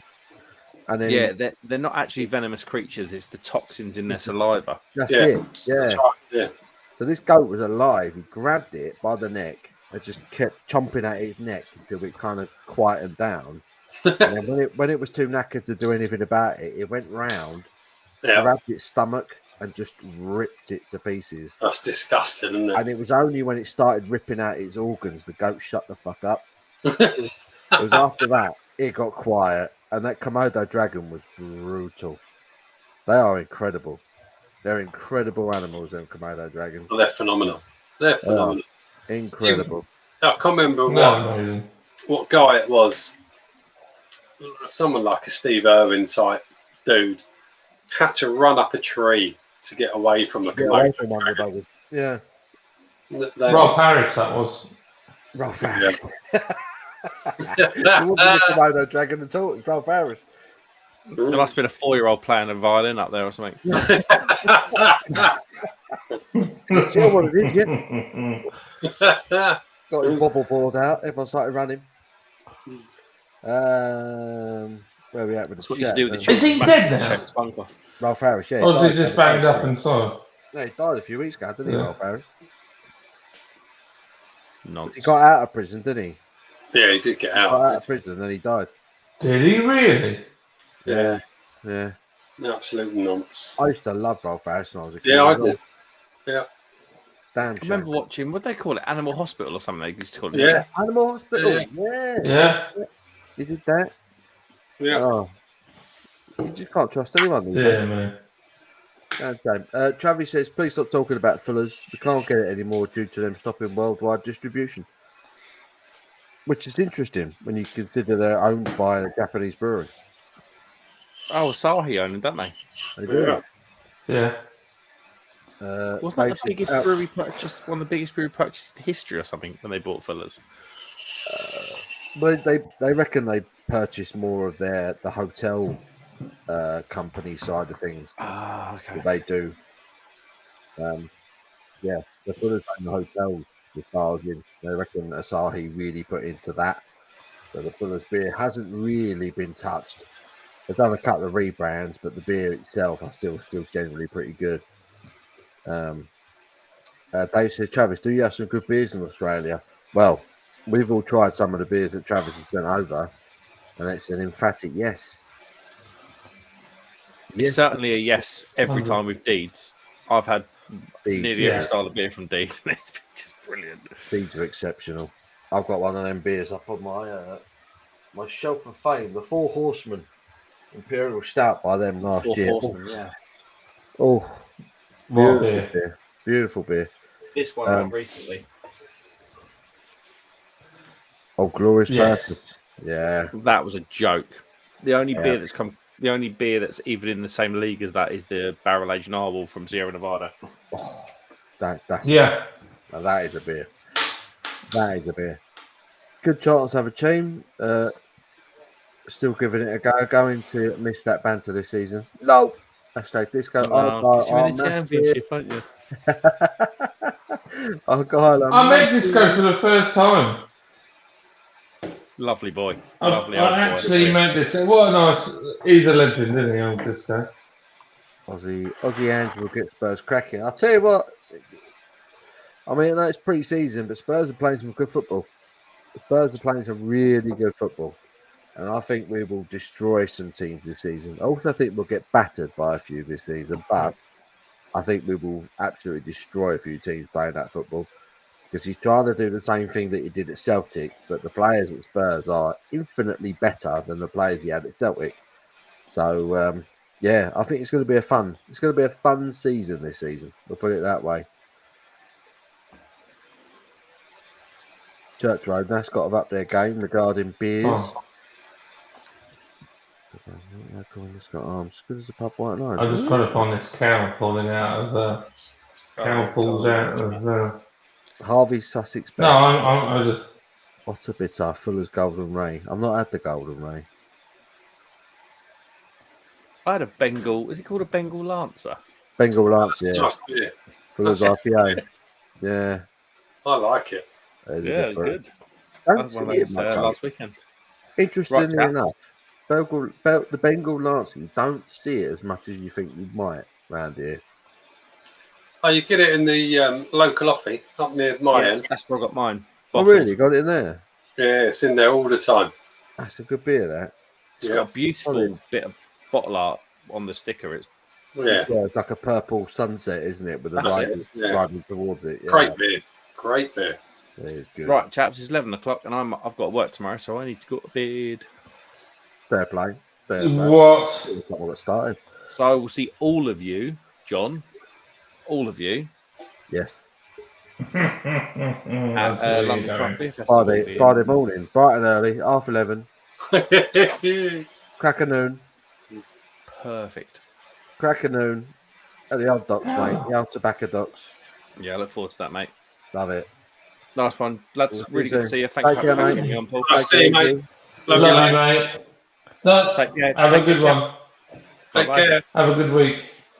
And you, mate. Bye bye. Bye-bye. Oh my gosh. I'm going for a wee. I'll be back very quickly. That's exactly where I'm going. This for a week. I'm amazed that cow fell out and survived. Have you seen it? That is. I've just watched it now. That's So insane. I'm going for a week, but it is insane. It did survive. That is. That. It kind of like falls and slides. Yeah, it's nuts.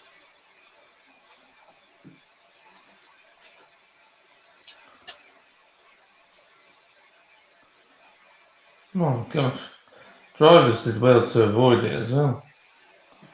That's freaking crazy. The way that comes out, how does it not get run over?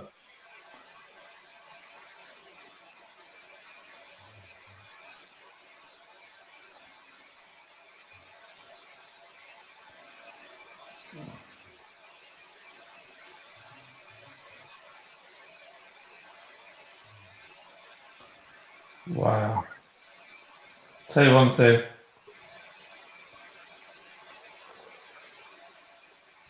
I tell you what, them cows are a lot harder than you think, flipping Nora. The fact that that survived that is incredible.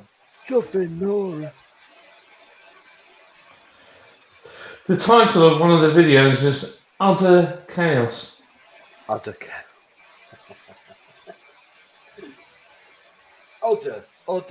Right, I'm gonna have one more beer, and I'm having a biggie. Go John. on. I'm having a biggie. Oh dear. I've been looking forward to this. On a Monday. On Sunday even. I'm getting a fresh glass.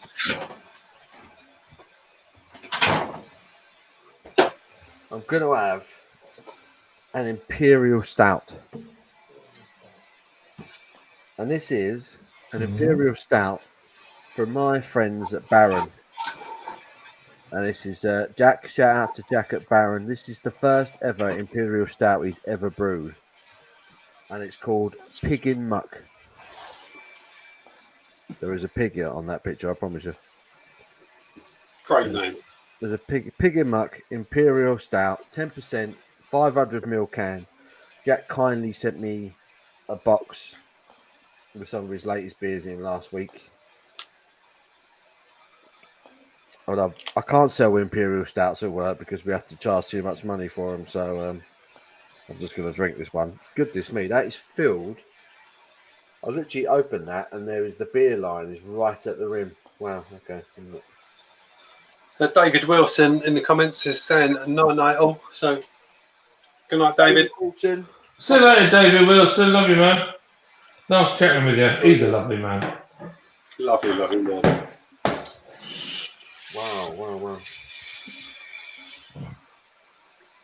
That's the bird to him. Oh, look at that. Oof. I couldn't even fit all that in a glass. I've fallen out with Harvey's, even though I used to go to school right by the brewery. Yeah, you were telling me this the other day. I can't do it anymore. Not a fan of Harvey's. Oh. You got Harvey's, you got Timmy Taylor's. They're two of the big ones that pushed for this duty to go up and screw everybody open.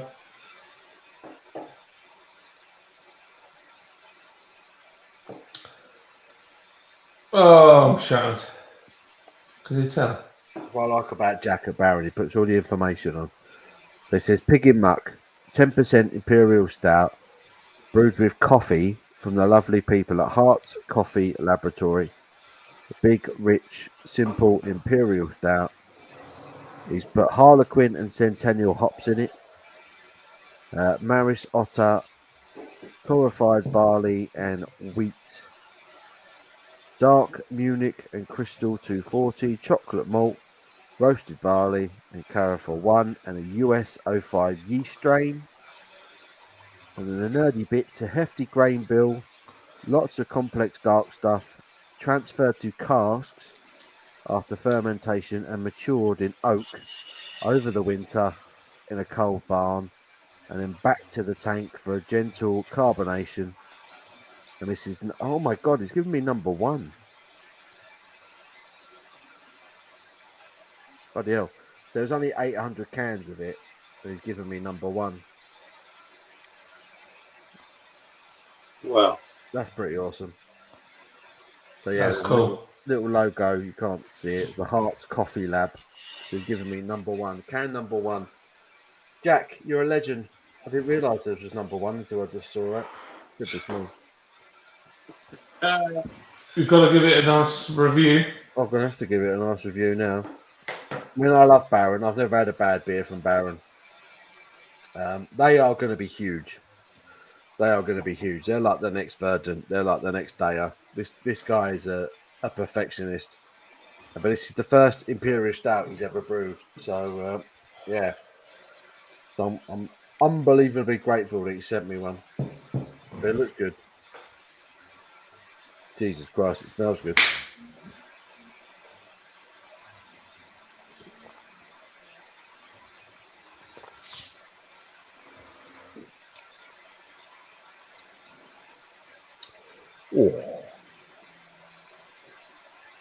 Oh, tastes bloody good as well. Woo! Bloody hell. That's hoppy for an impy stout.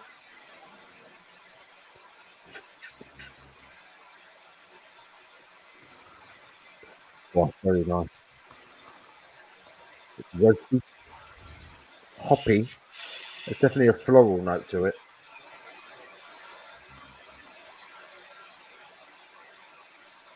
Ooh, chocolatey. Boozy. Bloody hell. Make my eyes water. Wow, that's strong. That's very good. That's very good. It's only 10%, to be fair. It's only 10%, but yeah.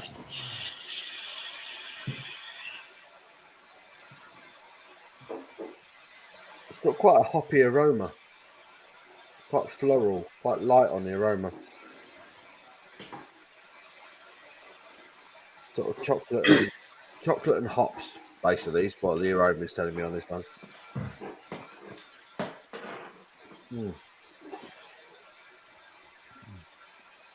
Oh, it's got a lovely body. Lovely mouthfeel. But it's that hops. Hops are coming through. Hops are really coming through on that. Harlequin Centennial. I can't think of too many stouts that I've had that have been brewed with Centennial. Well, you might not know if it's got it in it anyway. A lot of American stuff has Centennial in. So they don't always tell you, do they? They just say hops. That is ridiculously drinkable. For a 10% Imperial Stout, that is ridiculously drinkable. Wow. Where can we find this beer for all the viewers? There's their logo. We've got it on the side of the can. Baron. So look for the smiley face. I love these guys. I love Baron. The first time I ever tried their beer, I was well impressed.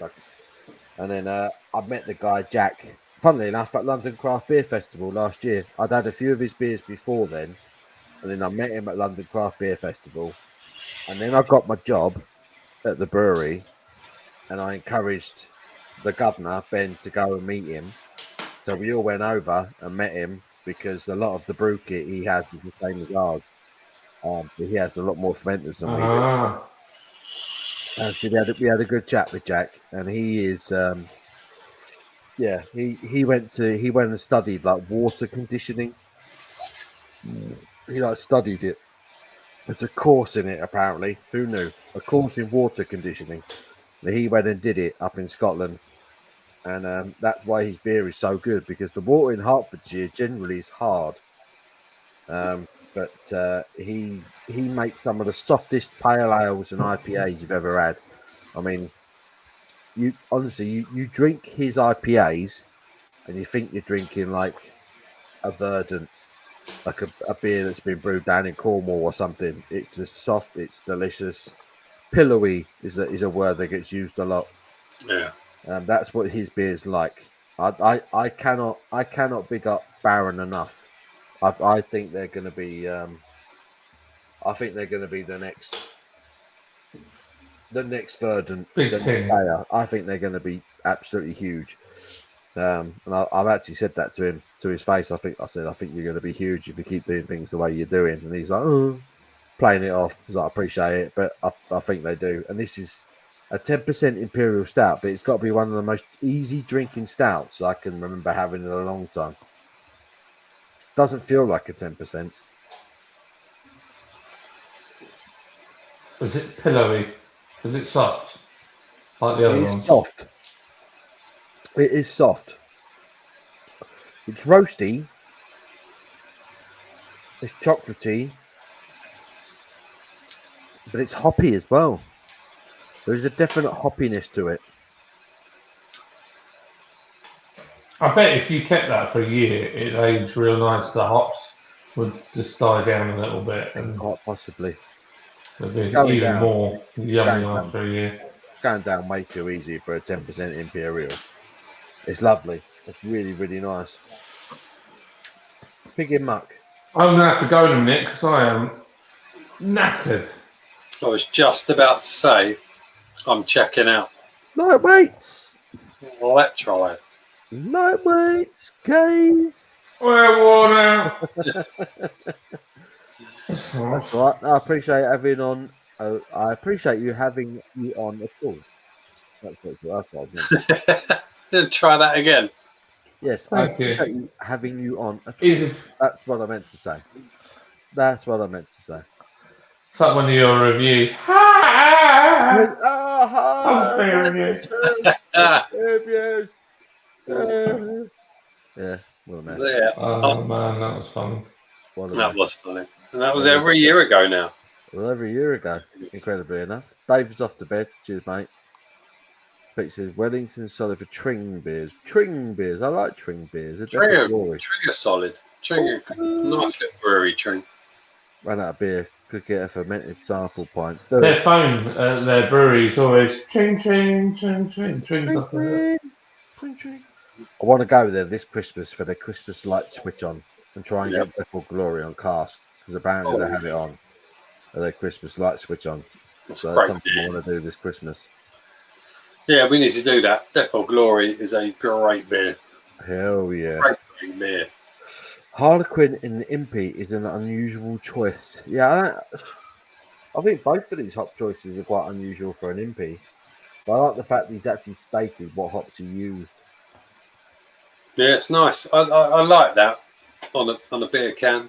Harlequin and Description of what's in it. He always writes that there's always a section on the back of the can that says nerdy bits. Nerdy bits. And that's where he goes into how much of the beer was down to the grain, how much was down to the hops and all that kind of thing. He's a properly good brewer. He's Jacob Barron. And they're getting a lot of... he's done collabs with Rivington. He's done collabs with... I believe he did a collab with Daya. That's the sort of interest he's getting at the moment. But he's he's a good guy as well to go with it. He's a good guy. Which is good. This is the quietest I've ever seen John. Very nice. Brr. I kid you not. I got back this week. I just had to catch up with a bunch of workers the minute I got back, and I'm exhausted. And then this weekend, we've been pretty chilled actually this weekend. I didn't even bother attacking some of the DIY stuff I've got to do. I just left it. And then I was meant to go drag racing on Saturday with the car, but the weather was pants. So Drag racing. Sat inside and drank beer instead. Perfect. I wanted to see how fast I could get that old Citroen to go down the quarter mile. What's the quickest you've ever got out of that Citroen? I got to 140 in it. What? That's what it says. It's meant to have a top speed of 141. What'd you get out of it? Well, it said 140, but it's probably not, is it? It's probably the faster. Most cars, the faster you go, the more inaccurate the speedos are because the way they're They're never going to be as quick as they were when they left the factory, are they? Well, that's not necessarily true either. That's an urban myth.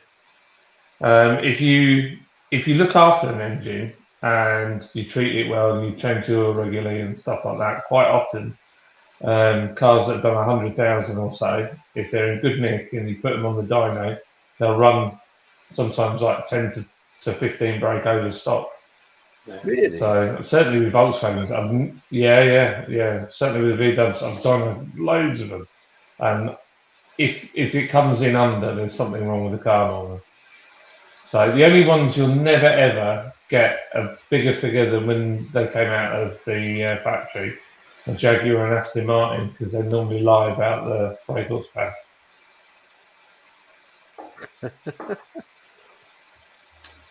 Right, I am going now. I've got to go to bed. I am shut hard and I'm working tomorrow. So lovely to see you both. Lovely to see everyone in the comments. I'm the same.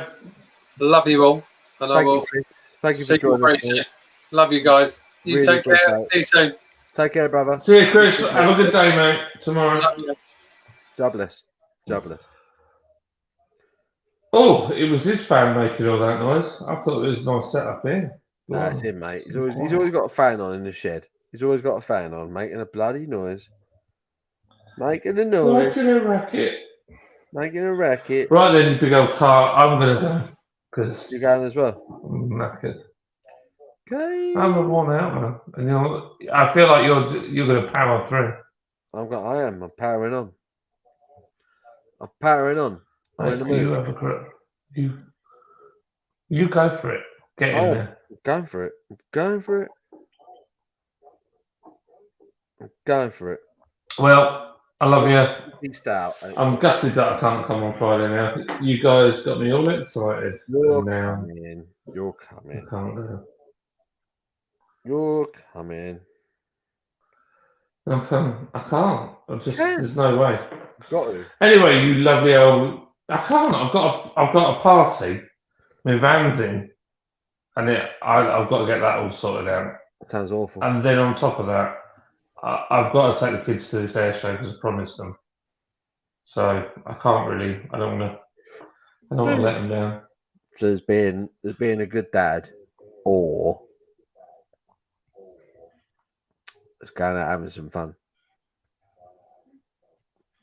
Yeah, I've got to be a good dad, I'm afraid, on this one. I'll tell you one thing though. Kobe was proper naughty this afternoon. So yesterday he had his mate over, and they had a Well, that's not that little sleepover, and Sheffield they Wednesday wanted to see if they douchebag, could was it? stay up all. No. Elliot, he's good lad actually. So Next time I see him, I'm back in my head. Let's see what happens. he proper just smack talk. He proper smack never talk met you the so geezer. bad, and I've he's never like, even met the geezer. I'm like, he's like 10. slagging off Tottenham. I'm like, what? Who do you support? It's like Sheffield Wednesday. And I was like, the most famous thing about your club is that Liverpool fans died there. Shut up. Shouldn't laugh, but it's kind of funny. It's so harsh. Well harsh. But yeah, so they decided to stay up real late. So they were still making a racket at about 4 a.m. So this morning I woke up, I was so tired. And Cody's been tired all day and he's refused to go to sleep. It's like 40 the whole way. And then he was getting more and more tetchy. And then in the garden he was playing football and Micah was getting goals past him. And Kobe was trying to do something. And I think his shoelace came undone or something like that. And Micah just kept hooping footballs at him. And he just goes, "You effing retard," at the top of his voice in the garden. I was like, get in here now. I've never heard Kobe say anything like that ever. That's bad. I was like, what did you just say? And he went, and I was like, what did you just say? And he wouldn't say it. And I said, I heard what you said. And if you don't repeat what you said to me, if you're willing to shout it in the garden so the neighbours can hear, you won't tell your own father. And he's like, and then he said it. And I was like, you're in big trouble. So I was like, give me the cable for your Xbox. So I took that off him. It's like, can I have your phone, please? Oof. And I said, you'll get these back at the end of the week if you behave. And then I made him apologise to Micah. It's like, you don't say the things like that to your brother. Yeah, you can't say stuff like that. It's not the one. Not the one. Not the one. But he's at that age now. He's at that age where he's hanging around with lads who are saying stuff like that. He's going to say it. He's going to say it. It's true. Admittedly, Micah was winding him up. He was doing it on purpose. Oh, It really? doesn't make it right, does it? Kids. So anyway, that was he was in bed tonight. And we're all knackered. So, right, I'm going to go, you big saucy devil. He's going to And go. have a lovely week if I don't talk to you. Yes, And I'm going to try. enjoy. Yeah, have a good time. I'm going to try. I got my car in tomorrow. I'm having 4 new tyres and the tracking done. So that'd be fun. And Nice. then I might try and get a bit of work done after that. And then, gardening. And then back at the brewery Wednesday, Thursday, and then Friday is London Craft Beer Festival. And then it's work as normal again. So there you go.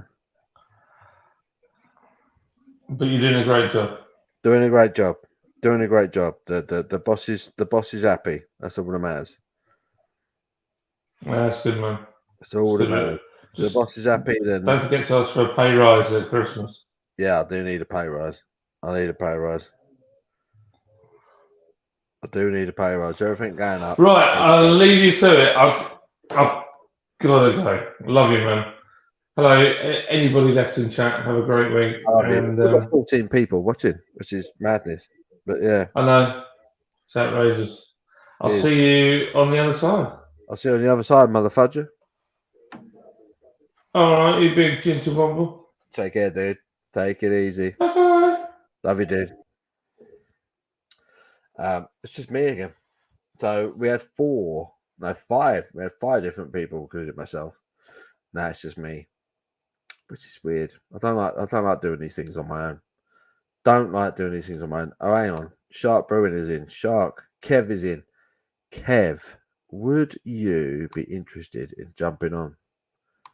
If I copy this and then go to Instagram and go to private chats, I wonder if I could tempt you into jumping on a live stream with me. So I'm sending you a link like that. International link sending. So I'll just send Shark or Kevin a link. All the way over in Cali. Abs just text, "What's up?" How are you, Abs? Are you okay? She's on the work. She's on the job. She's on work. She's on work right now. Pete can jump on. Pete, can I send you a link? How do I send you a link? What's the best way for me to send you a link? Are you on Instagram, Pete? And is it Peter Hodge? If Peter Hodge is your Instagram, because Instagram is the easiest way for me to send you a link. Let me do it.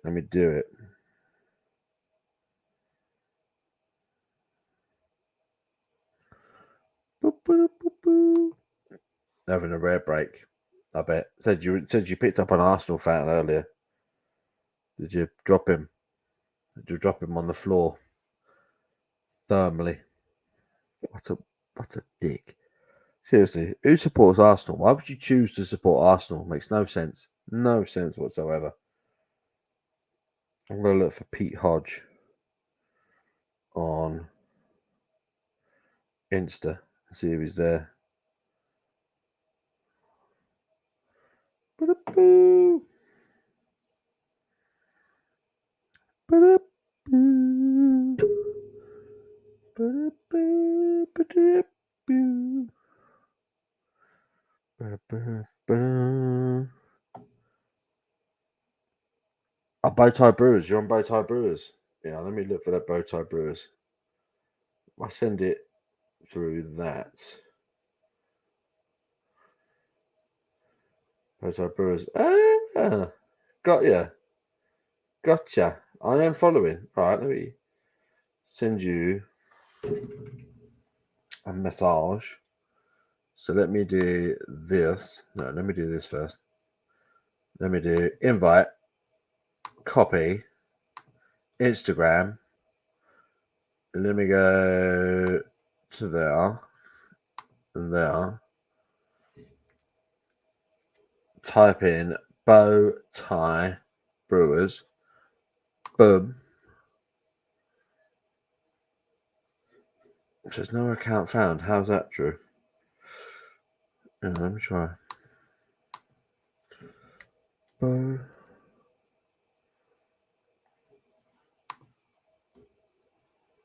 How does it say no account found? Chat. Bow Tie Brewers. Oh, it should work. It should work. Oh, no. Right, I sent you a link, Pete. If you're still watching, I've sent you a link.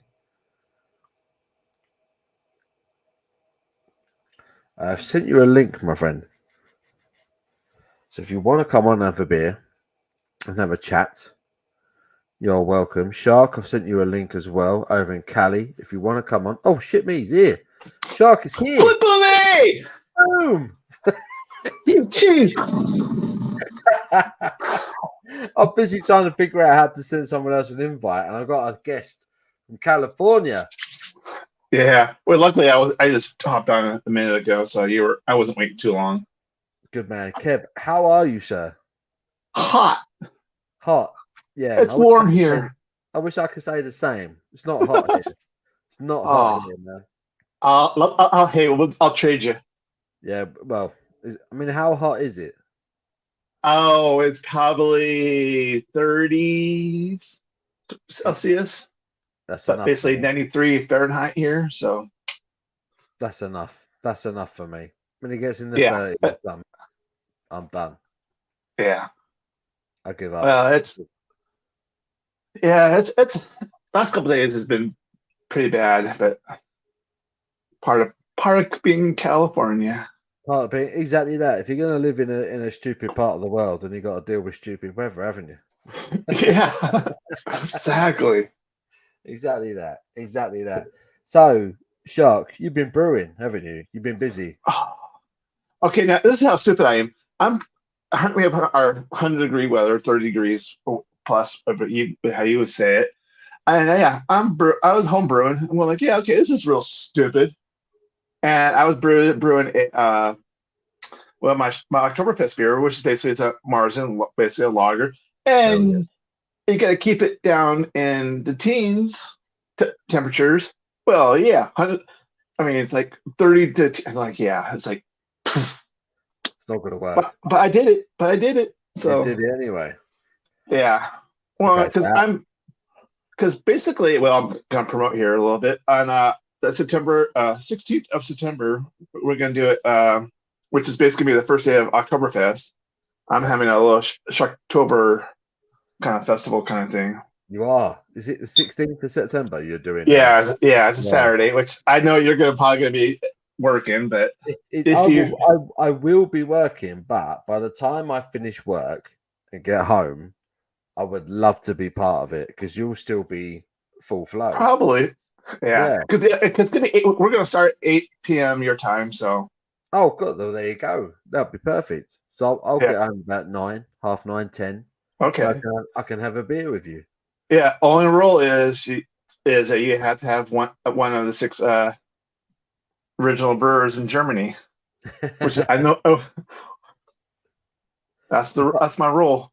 It's got to be German beer. So I've just ordered a load of German beer actually because you can't beat German beer. You can't beat it. German lager, especially this time of year, it's superb. Yeah, I just had the Weizenstoffen. I can't pronounce them. They had their killer beer. That was really good. Yeah. And they had a Pilsner too. I was like, okay, I'm gonna try that. That wasn't too bad. I've not had their Pilsner. Never had that one. Yeah, because the thing they had their Julian calendar. I was like, okay. So I finally had somebody translate it for me. I'm like, oh, that's an old beer. Oh well. Drink it anyway. Why not? I drink it. Yeah, there's nothing you can do about it. So it's like, hey, you only live once. You only live once. You know. Yeah. So Shark, you're doing your Oktoberfest special on the 16th of September. So you got that to look forward to. You're brewing.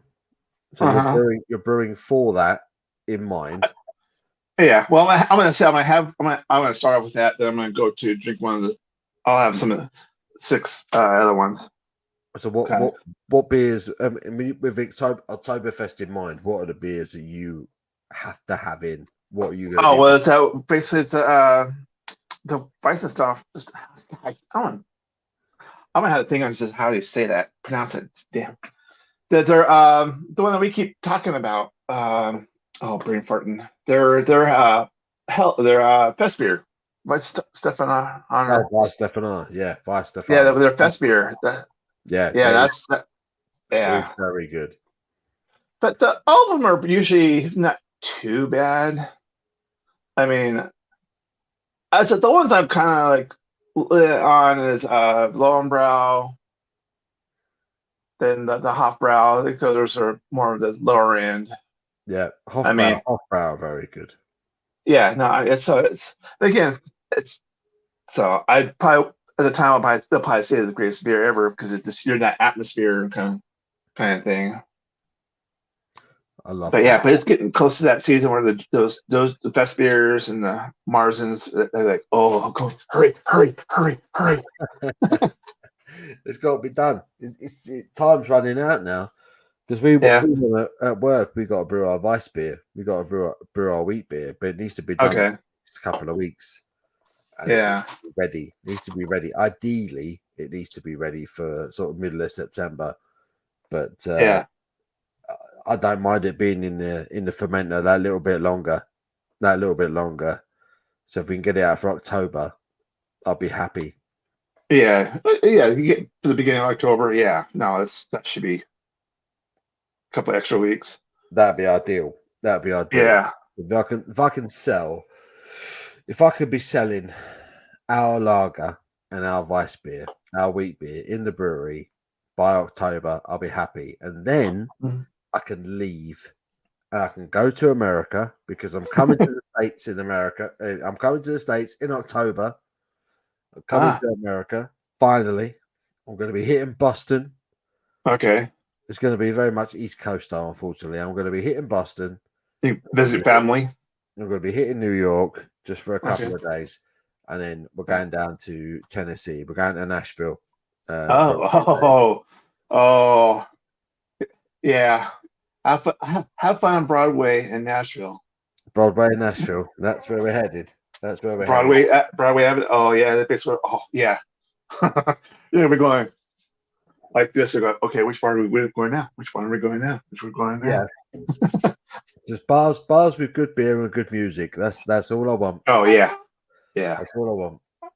Yeah. Good beer, good music. I might buy myself a cowboy hat, make myself look part of the furniture, and sit there looking like a complete douchebag. Oh yeah, especially when you start talking, then we're going, what? You got the cowboy hat, you got the look, you go, wait a minute, he speaks English, but a weird version of it. Yeah, it's like we're gonna say, what part of Georgia are you from? Right, we're gonna be joined by another home brewer. Are we ready for nice. this? Boom. Right. Here we go. So, Kev, Instagram, I just do not understand. Oh, you have to get used to it. Instagram going on this, yeah, there's a extra trick. That's where they work. So we got a home brewer in California and we got a home brewer in Watford, ladies and gentlemen. How exotic has this live stream become? Yeah. So there you go. So Kevin, meet Pete. Hello.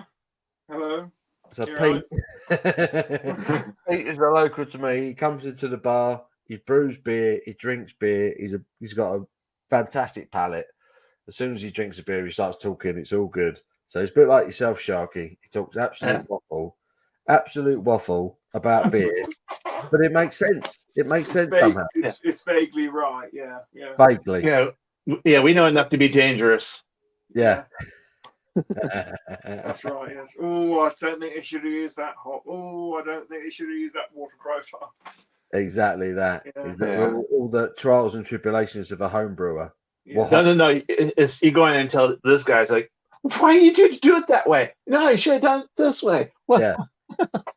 See, I know less than both of you. I just drink it. I just drink You it. just drink it and sell it. Yeah. Usually brew it. Yeah. Well, drinking it has its advantages. You can get inspiration from drinking. A lot of Absolutely.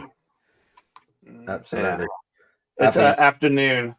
Abby's Abby. sitting in an ambulance. Abby's sitting in an ambulance watching this right now. She's like, "Evening, Pete." And is it morning, Shark? No, Not yet. it's almost 4 p.m. here. 4 p.m. Oh, That's shocking. Oh, it's 3:40. It's quarter till 4. But Quarter to 4. yeah. 3:45 in California right now, which is madness. Yeah. Madness.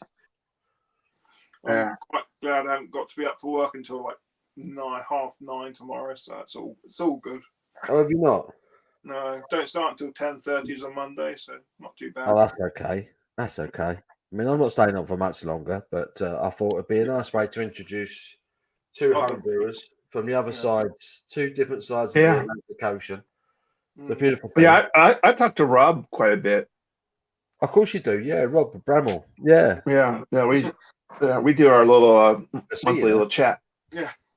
You can see the big boobies. I can see boobies behind you. I see boobies.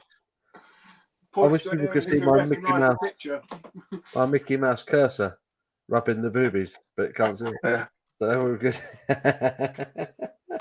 Abby's on night shift tonight. She says, "My bad, I'm on nights, so all my timing is backwards right now." Oh yeah, no biggie. We get you. Not fun. No fun. Pete, No. what you got? Old fashioned. Old fashioned. An old fashioned. A rye old fashioned. It's on a cocktail. Shark, what are you drinking? Oh, I'm drinking beer. Let me cover let me cover some of it up. Yeah, mug beer. Mug. It's root beer. Root beer, you say? Yeah, because the reason why I'm saving my beer because we're barbecuing tonight. So I see. So I'm saving my beer for that. Are you working tomorrow, Kev? Yes. You are. In it. Yeah. So I think I'm working. I am working, but I'm supposed to be having my car going to the garage to get new tires and tracking done on it. But they've said that their compressor isn't working, so I don't know. Last time I got a new tire on my car cost me £1,000. So just tire. A new tire cost me £1,000 because one tire. Well, the tire was only like 70 quid, but then they found I had a broken spring. All my brakes needed replacing. Calipers. Oh my goodness! So just going in for one tire being replaced cost me £1,000. Goodness me! Wow. Goodness me! That's what living in England is like. Yeah. That's England. That'd be the same here. So I want 4 new tires. I've already paid for 2 of them. I want 2 new tires and tracking. And I thought, do you know what? Because they kept me waiting, I might just ask for 2 new tires for the price of one. Yeah. And get 4 brand new tires on the car. Then we're still with. Yeah. These tires bring you. Abby says, time for a new car. A new car, Pete. The classic. It is a classic. The Mazda. It's an MX-5, isn't it? MX-5, yeah. Or classic roadster. Unos, as you know, in America. It's a great car. It's a great car. Yeah. What's the mileage on your Mazda, Pete? 89,000. Oh, it's brand new. For a 97 reg car, that's pretty good. It's brand new. Yeah. Yeah, that's pretty good. I brought it 78,000, so I've done about 10 and a bit. But you've done nothing. Yeah. You've done nothing. My Volkswagen Golf, it's a 2006. It's done 170,000 miles now. The beast, though. It's a 2-litre turbo diesel, which is a beast. Absolute beast. But it is time for a new motor. Yeah. But I'm getting a pickup truck, Kev. I'm getting a pickup truck. You'll be glad to hear.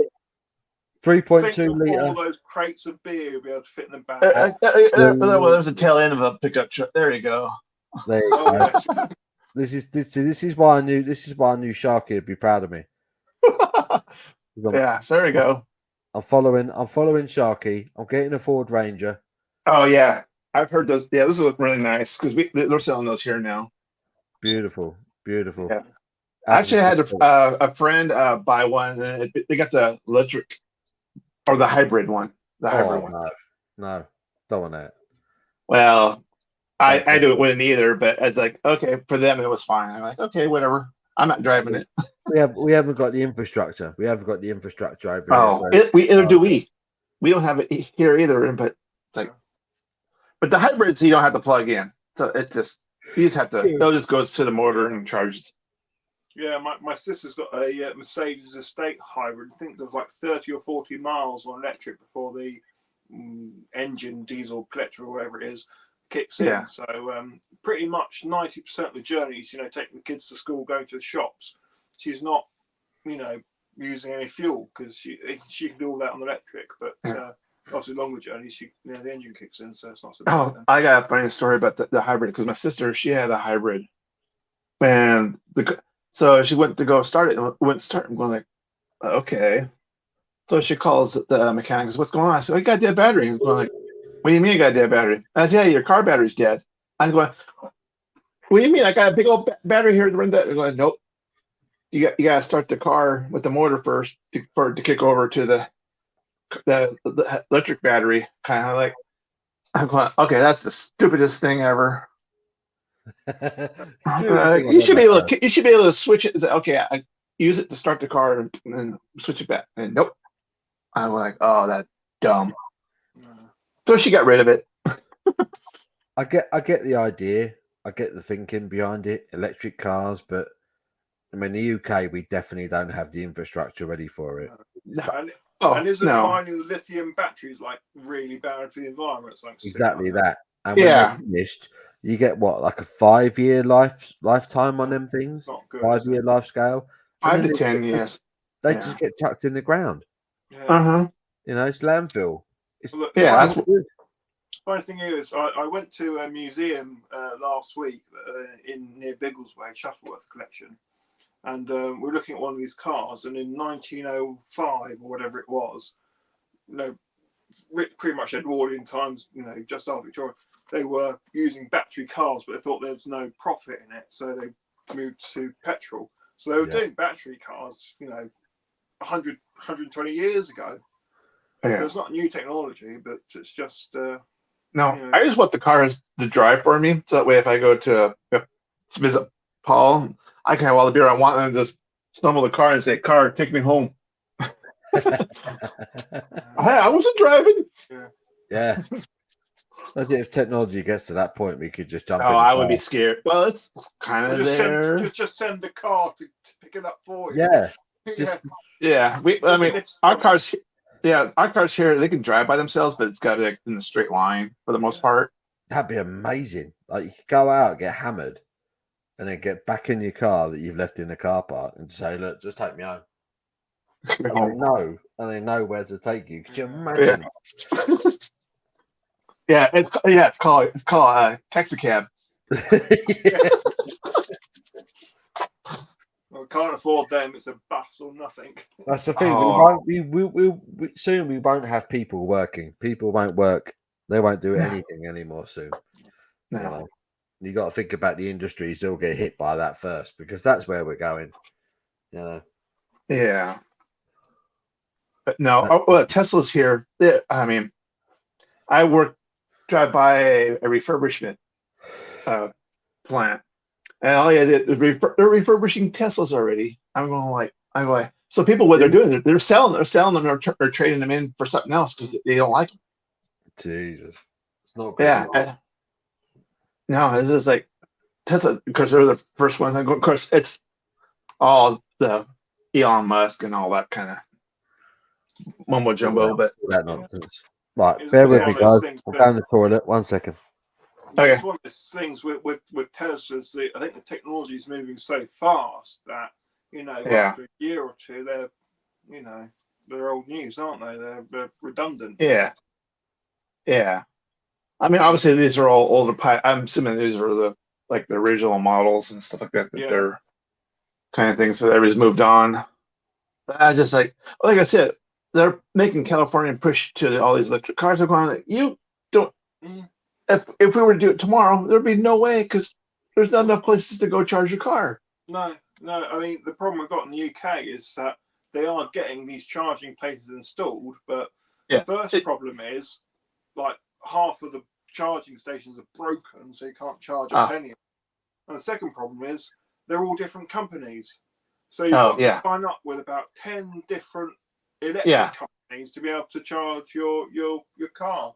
You know, during lockdown over COVID, I was doing some work with my brother-in-law driving an electric van doing furniture moves, and Christ, you know, you always panicked about having to recharge on the move because it was just a nightmare finding somewhere which you could use to charge the van up. It was a nightmare.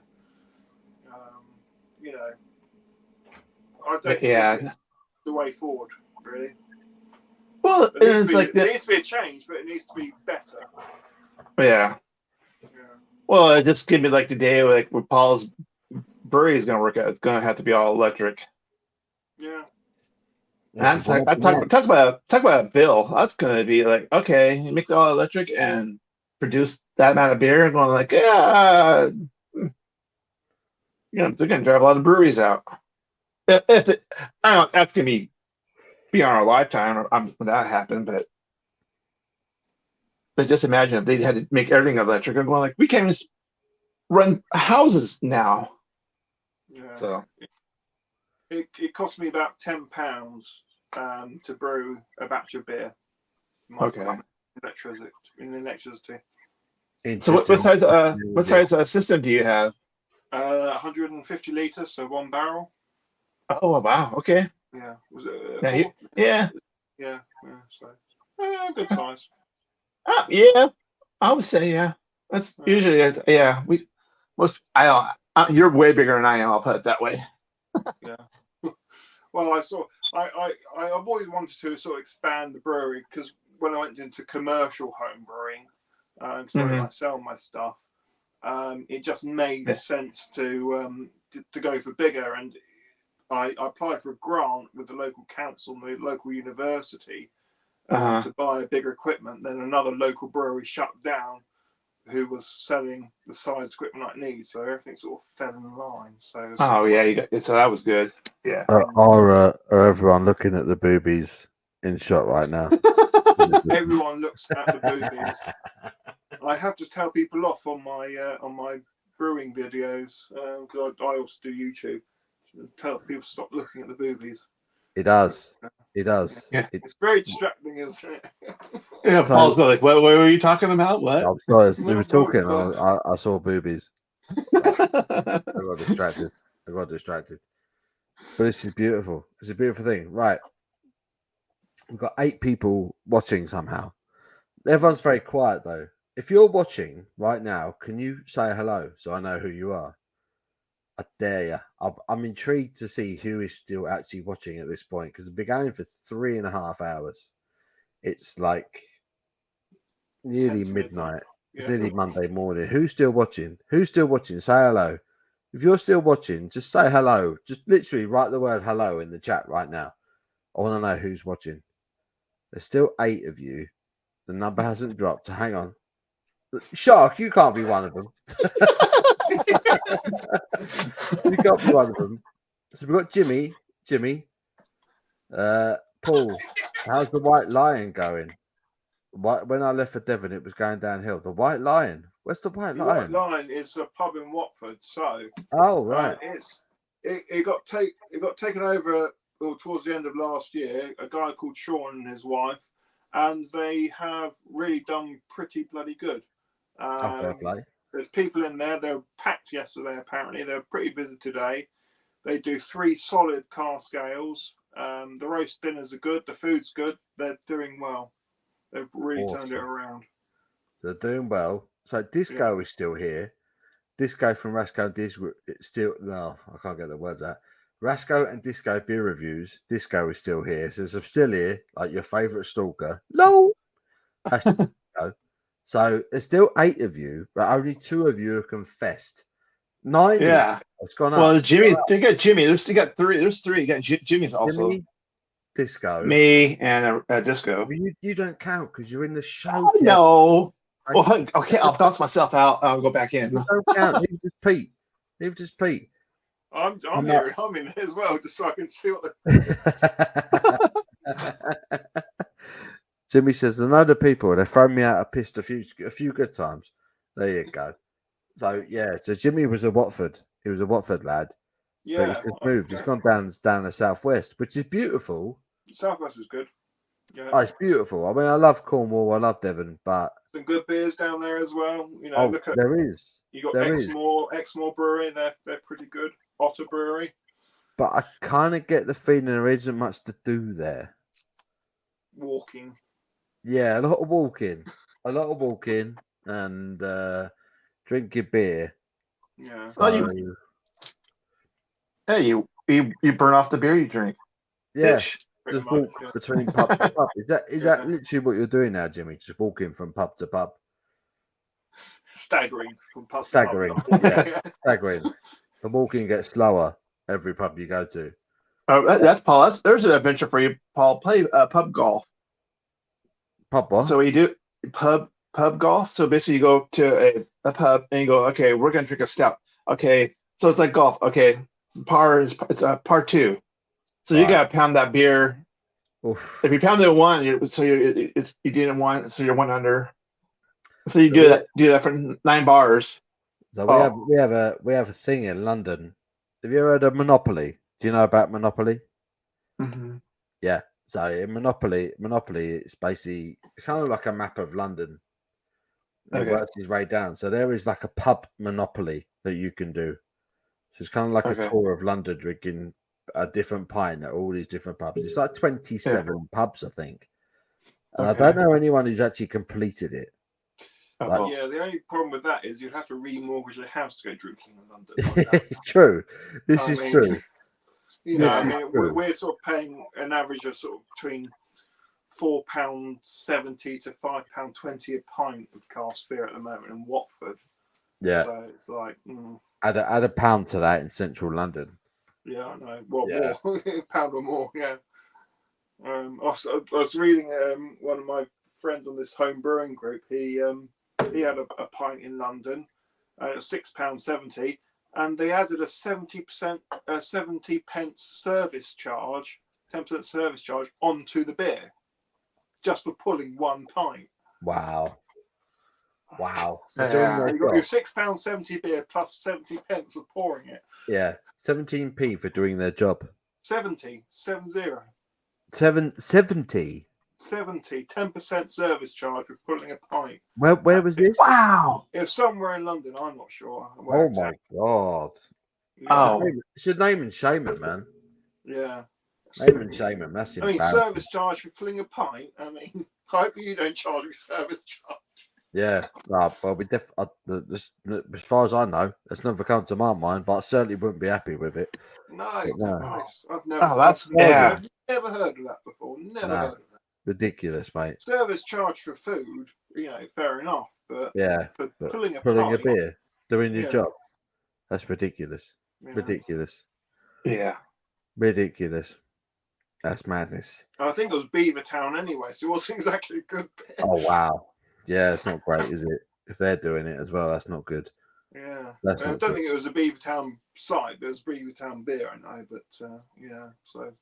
Oh dear. Not what you want. Beavertown's like, I don't really fancy Coca-Cola, so I'll have the next best thing. I'll have a dodgy beer. Yeah. I mean, neck oil sort of sprouting out up all over the place, isn't it? It's everywhere now. Neck oil is everywhere around our way. Everywhere. It used to be all right, but it's just like a bit.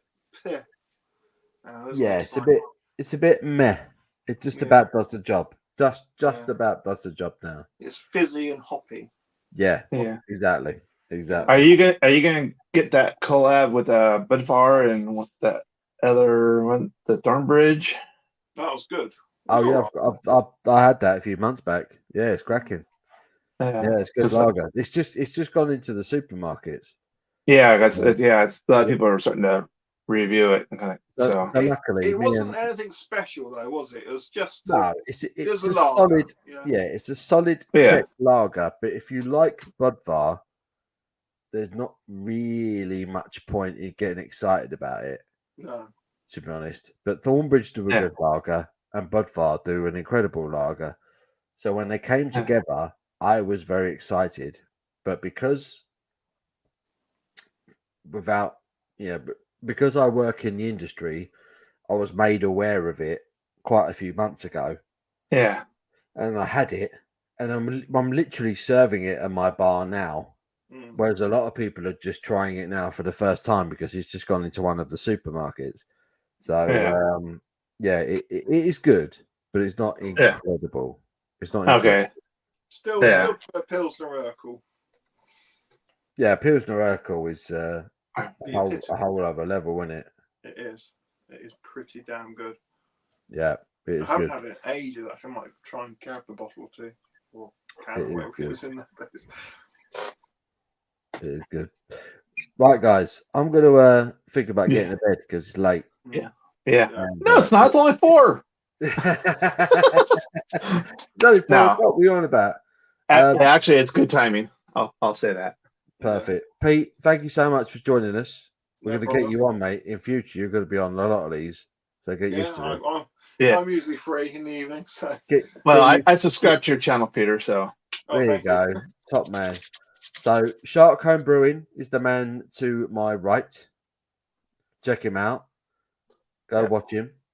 We got Pete Hodge underneath me here. Bowtie Pete. He does his brewing. Next to the boobies. Next to the boobies. Check him out. He does home brewing. Does a lot of videos. Really good stuff. Absolute legends, the pair of them. I thank you both for joining me this evening. I appreciate it. No I appreciate it. And thank you to everyone who's watched this session this evening because I've been going for 3.5 hours. Definitely time to knock it on the head. Good man. Good man. Yeah, definitely time. I love you all. I love you all. And until my next one, you take care of yourselves. Cheers, guys. Cheers.